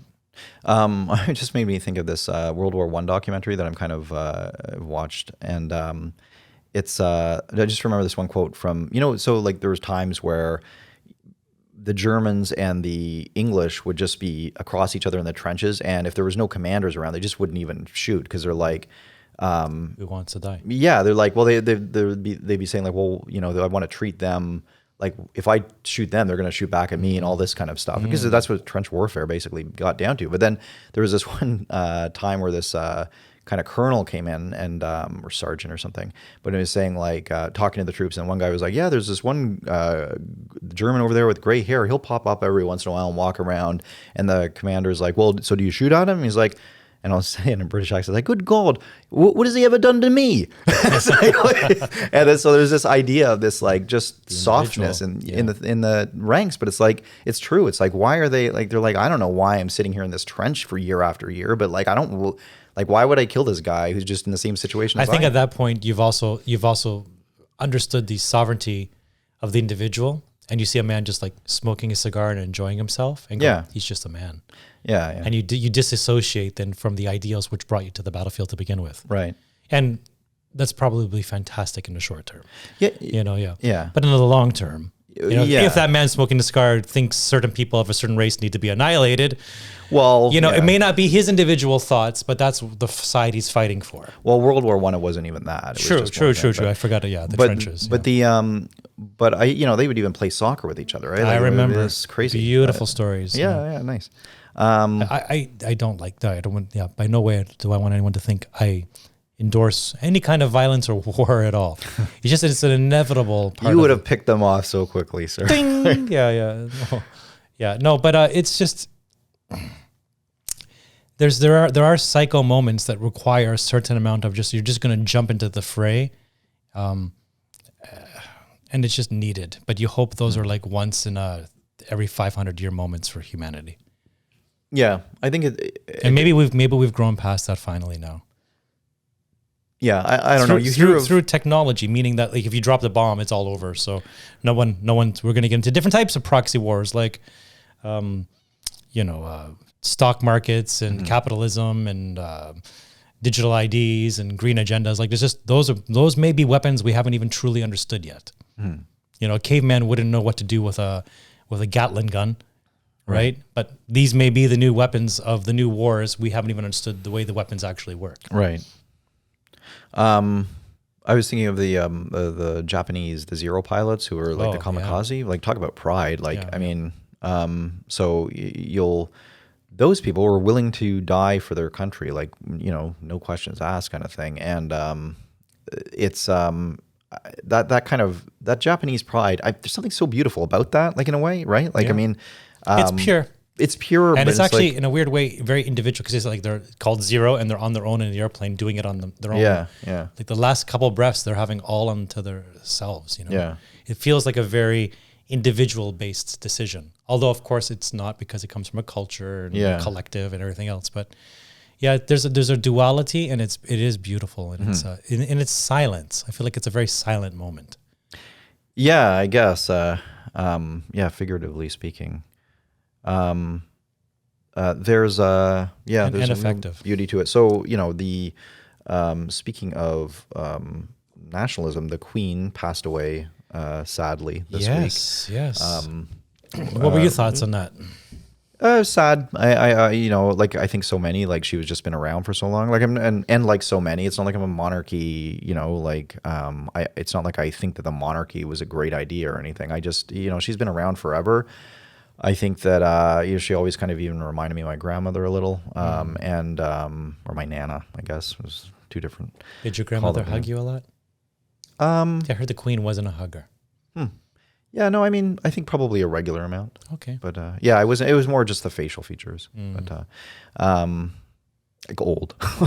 Just no, the facial Every features. time you picked up a $2 bill, like, I gotta visit Nana.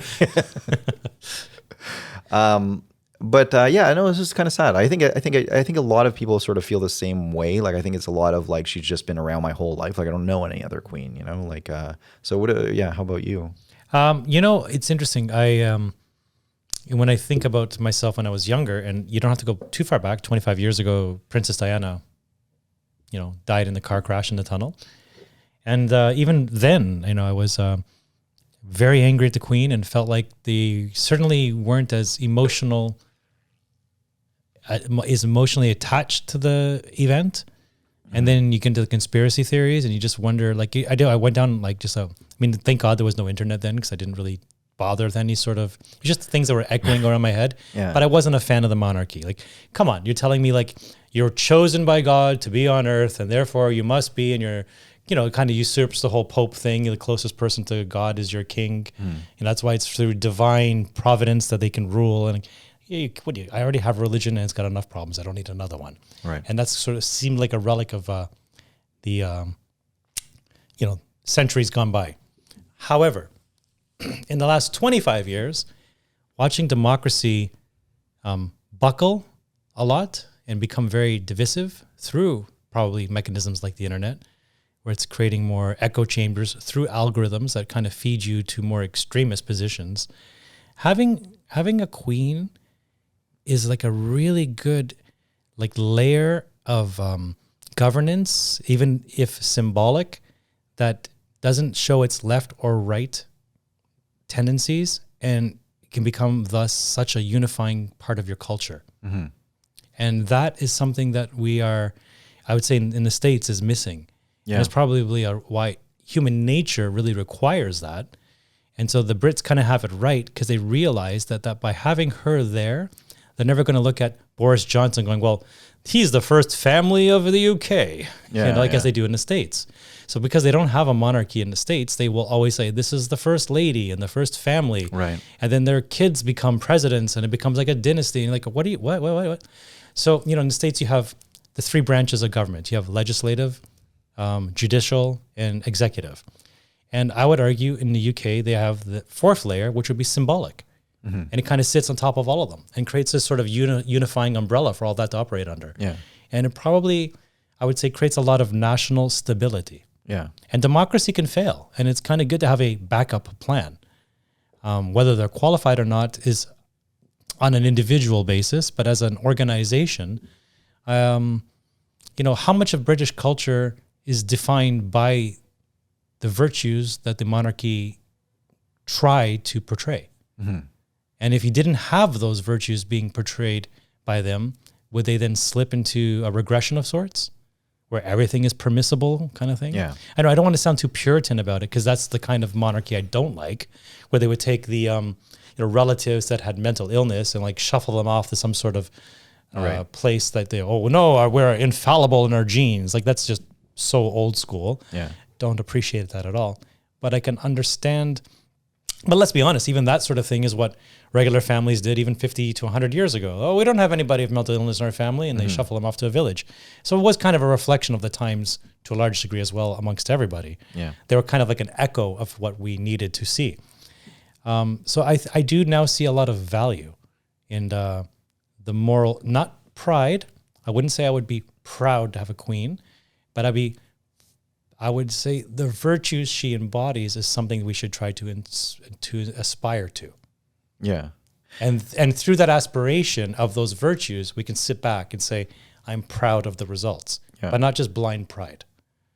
There's something to be said for tradition. And I listened to, this is a while ago, Stephen Fry actually made a good sort of defense of the monarchy. Excellent, love him. Yeah, because it's something I've never really, I've always been, I just think of the Queen is dead and everything like that. Yeah. It's it's too soon, I guess. But I never really, Pistols. I was just never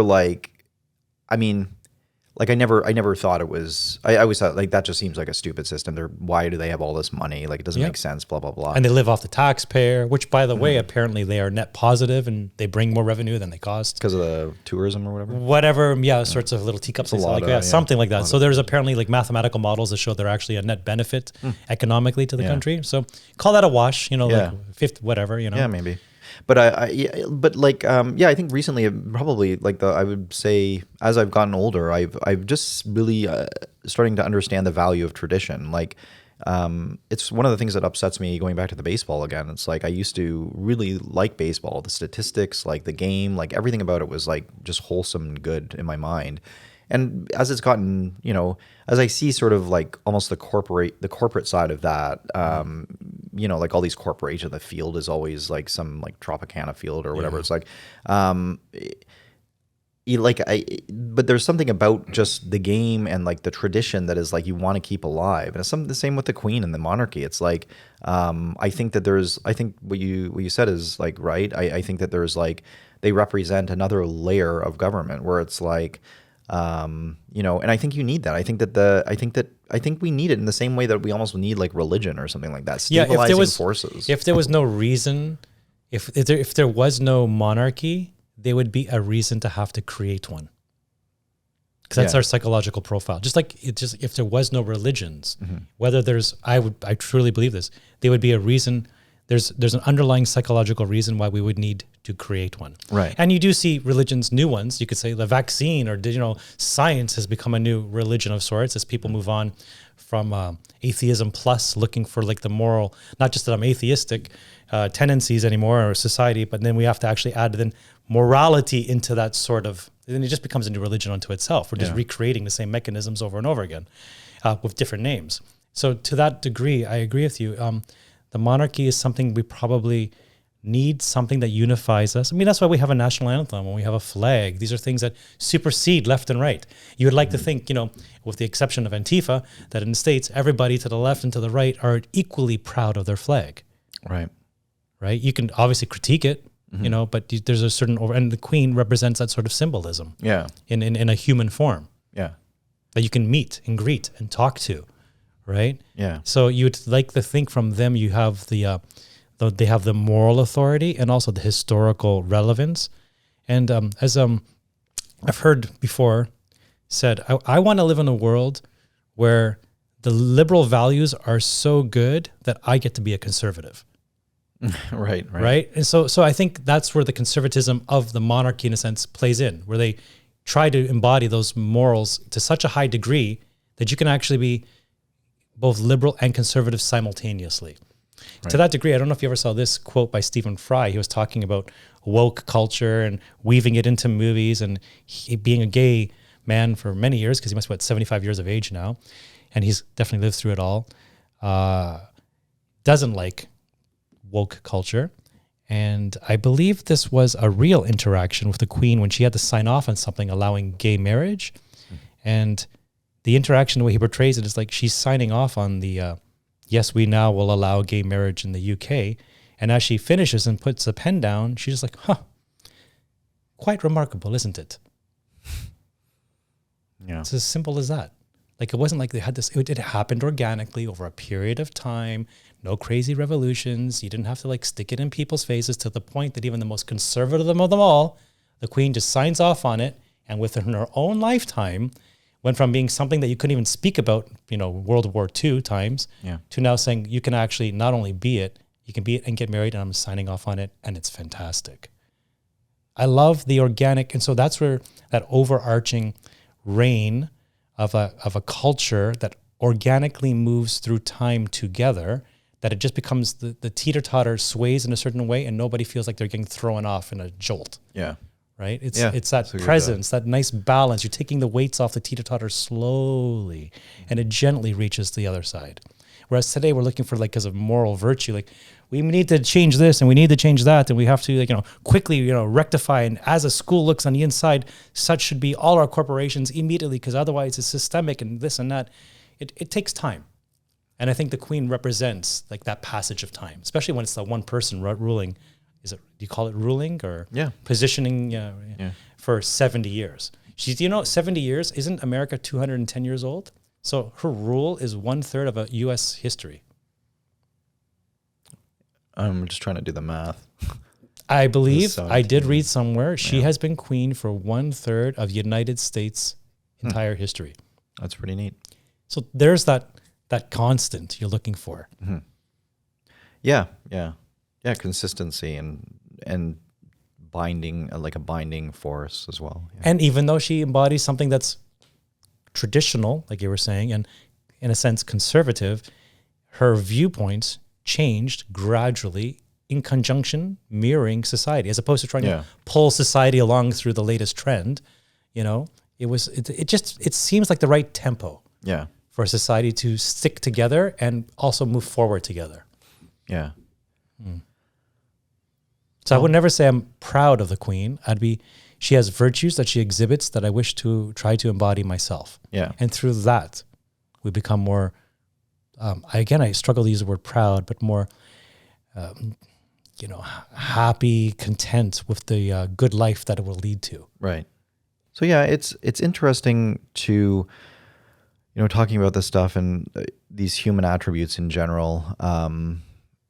It's interesting examining what constitutes humans and how intrinsic some of these things feel. Like, it's almost like we want an excuse to be proud of something. And like, humanity actually does have a lot collectively to be proud of, in the sense that we've come a long way, and we're still alive. We made a lot of mistakes, and there's a lot of bad things in the world. But you think of like, I always think of like the game Civilization, and like, just when you think of all the technology upgrades, or stuff like, you've discovered agriculture, and it's like, you've discovered the wheel. Yeah, and they never come with like, and by discovering such a thing, you've ruined the environment. All right. Well, they do. They actually do account for environmental damage on some of the stuff. Okay. Yeah. Cool. Pollution. Cool. Yeah. Because traditionally that would have not been part of the game, or even the way we think in the West. Right. Well, it too is reflecting.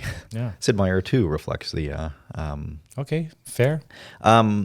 So, but there's a lot of, one of the things that really sticks out, I just quickly go on about this, like, isn't it incredible? This has always amazed me as a kid. It was like, where radio waves comes from, how it's like, I couldn't believe there was a point in my life where I just couldn't believe anybody was talking about anything other than the fact that we had these boxes where it's like, well, how does this happen through the air? Like, how do you, like, I don't get it. Like, how does it, like, I don't see anything. And, as a child at this time, but the idea that we were, as a people, as a species, like, we were knocking all the other species out of the park in terms of like technological advancements. Like, you see like, monkeys going like, oh, we figured out about this, like, this hammer or whatever. I'm going to use a tool. And it's like, yeah, we just created the internet, or yeah, we just created like supersonic flight. And like, the electromagnetic spectrum, like, identifying what that is, and like all these great theories in physics that came out in like the 1920s, and like, Einstein's theories, and like, the ability that we're harnessing like electromagnetic waves and making use of them for like radio and television. Like, it's just spectacular what we're able to do. Or bringing it back to the devil. 1 second, I'm going to call you out on this. Okay. Let's see here. Let's see if I can get my thoughts. These are all scientific, technological upgrades that have allowed us to live a more convenient and safe life, let's say. Okay, among other things. But yeah, sure. But isn't that kind of what, they're external in a sense? Have we grown to the same degree, like through our spiritual spectrum? Like I feel like we have certainly the last 100 years achieved all those things, and it's made for this podcast to be available and everything. Mm-hmm. But I wonder sometimes if we've done so much focus on that we're not, and maybe it's just because it's the new hot thing, and just humanity's like, oh my God, I can't believe we can do these things. But I feel like there's going to be a moment where we tap out on the relevance of that and realize we've neglected knowing thyself, psychologically, morally, physically, internally. Like Lucifer, like, if you want to say devil, like Luce is like the derivative of the word light. So you got like, it's nothing wrong with the light. So which one's the light? God is the light, or is the devil the light? I think the name is so well played. Yeah. But then you got like the false light. So even though I'm very careful sometimes, because I can see like, obviously the false light must be something very attractive. Otherwise, who would follow it? Right. Right. But just like the universe is infinite, like, will there ever be a point to science that simply you're going down a rabbit hole that will never actually achieve that which will make for a better species in the end. It's like a fixed game. Like, we've opened up Pandora's box now. Yeah, I think that there's something. I know what you're saying, and I agree with it to some extent. Like, I do think that we need to not forget the spiritual side. But I think that there's something aside from just the technological advances that, for example, extend life to the amount that we're able to, have these contemplations and Sure. think about that.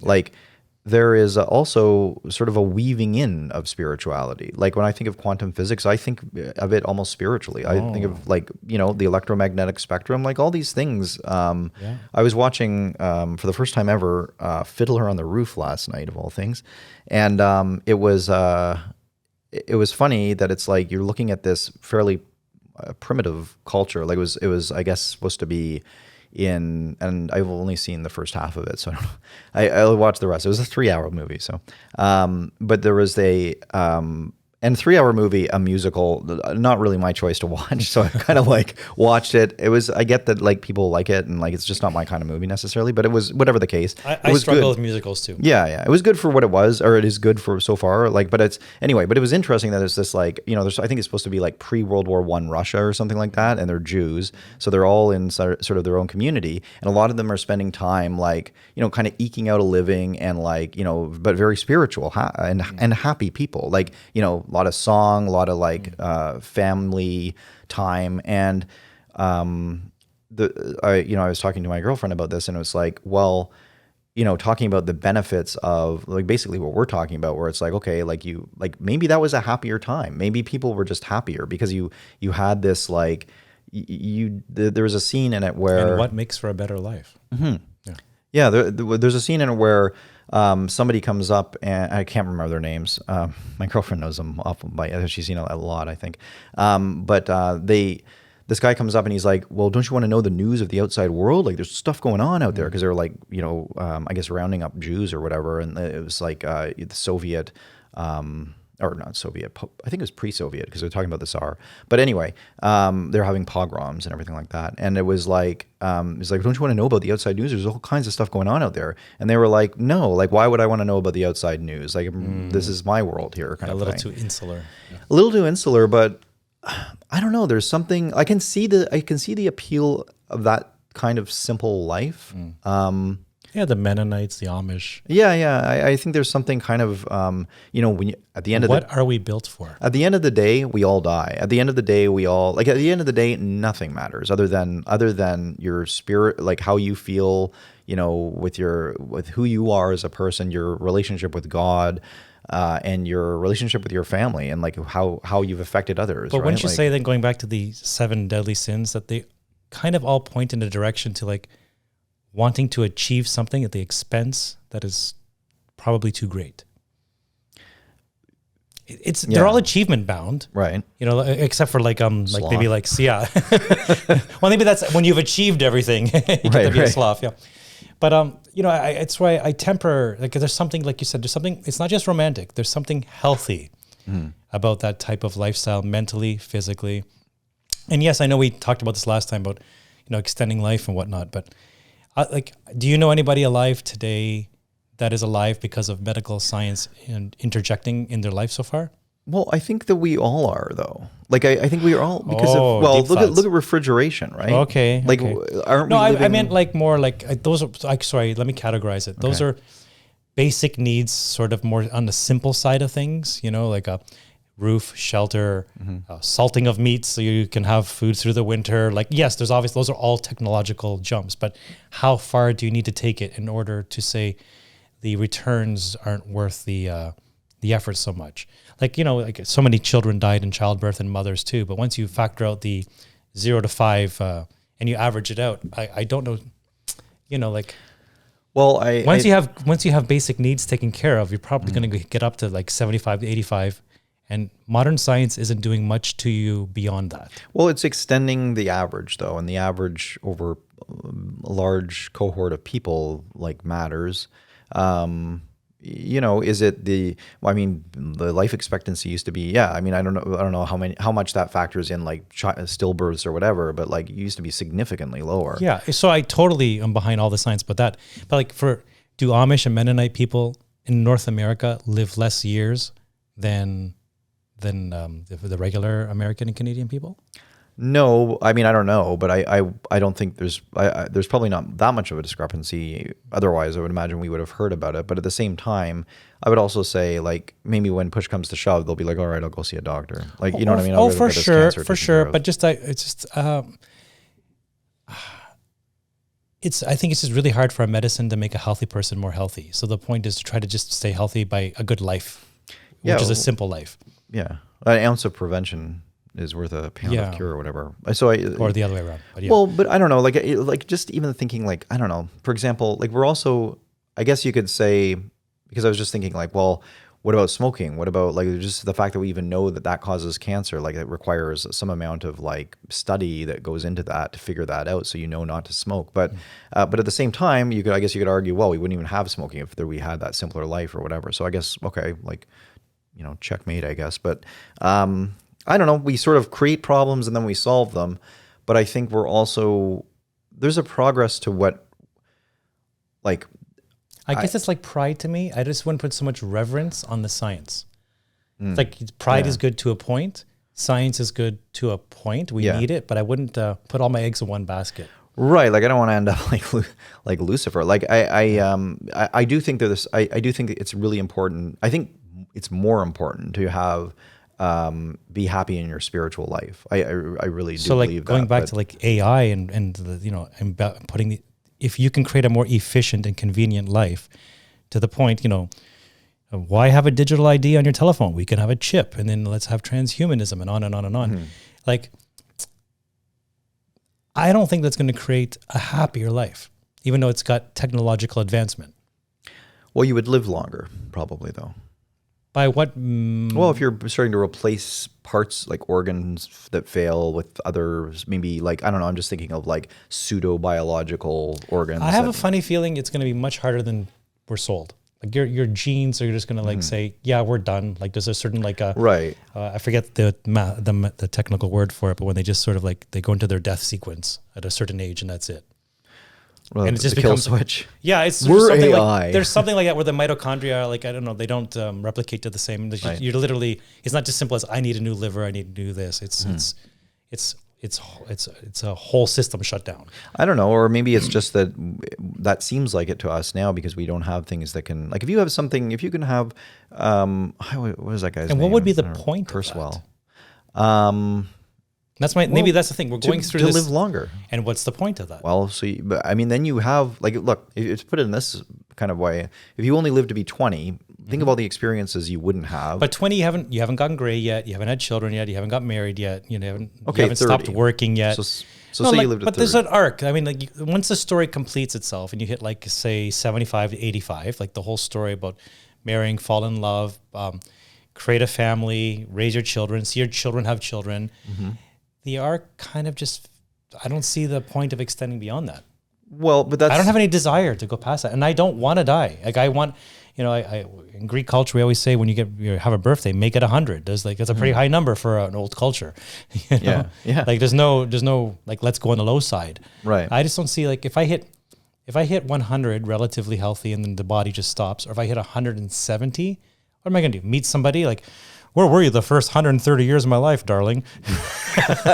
Maybe life really begins. No, but I mean, we're bound by what we know, right? So like nobody, I'm sure after the first Star Wars movie, like that seemed to end in a pretty good arc. It's like, well, everything was sort of wrapped up. They won. And then you got Empire, and you're like, oh, this is even better. You know what I mean? Like, I think there's something to that. Like, we just know what we know, right? We don't necessarily know how good it could be or what the other stories could be told. And and also, like, let's say you do meet that love of your life at 130, when you're technically a grandfather several times over now at this point.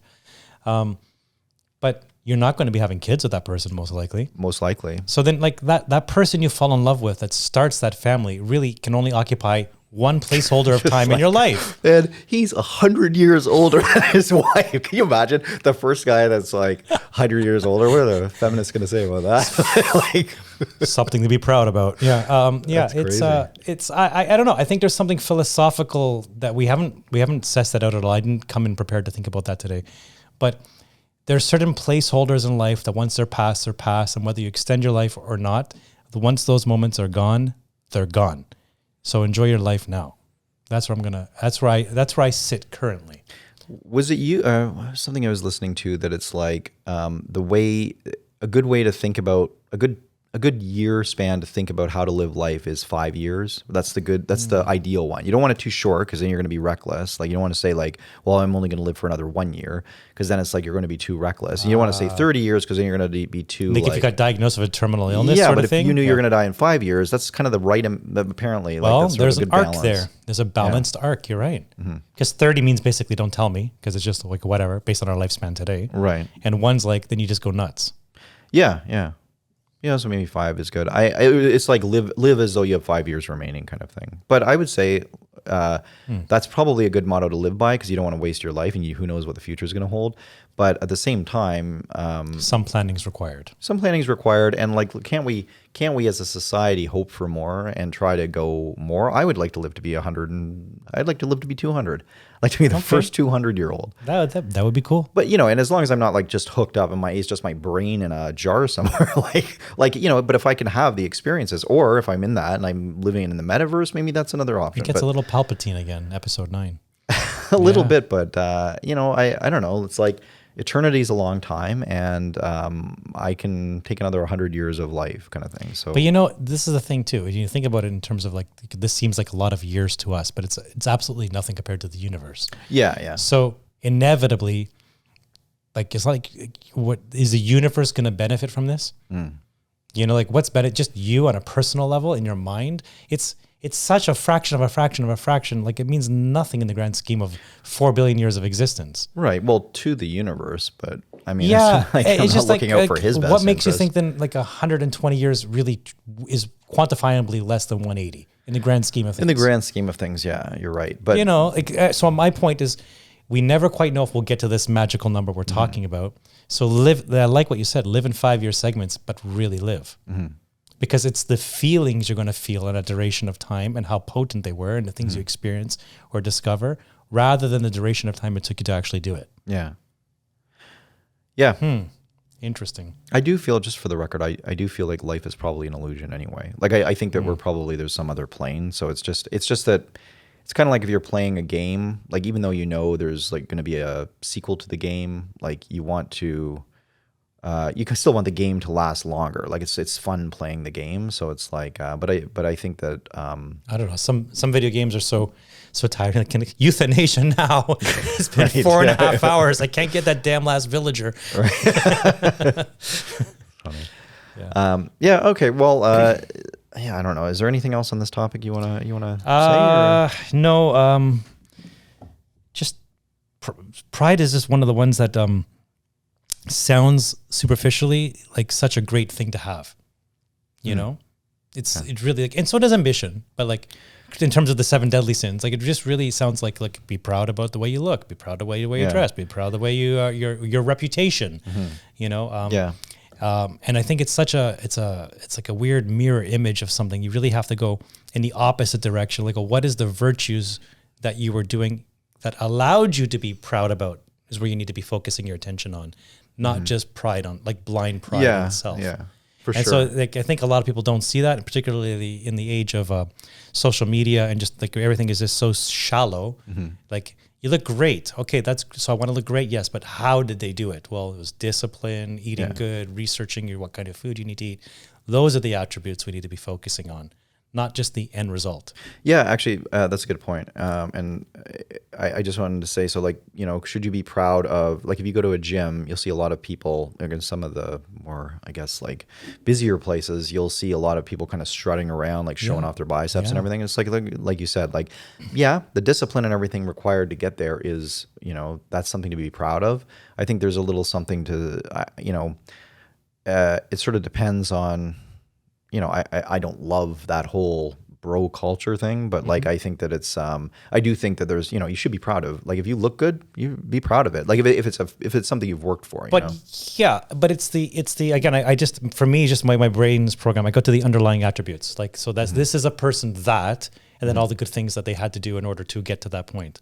Right. I've never been more proud of myself, let's say, than in the last 2.5 years, going through this incredible segregation in society.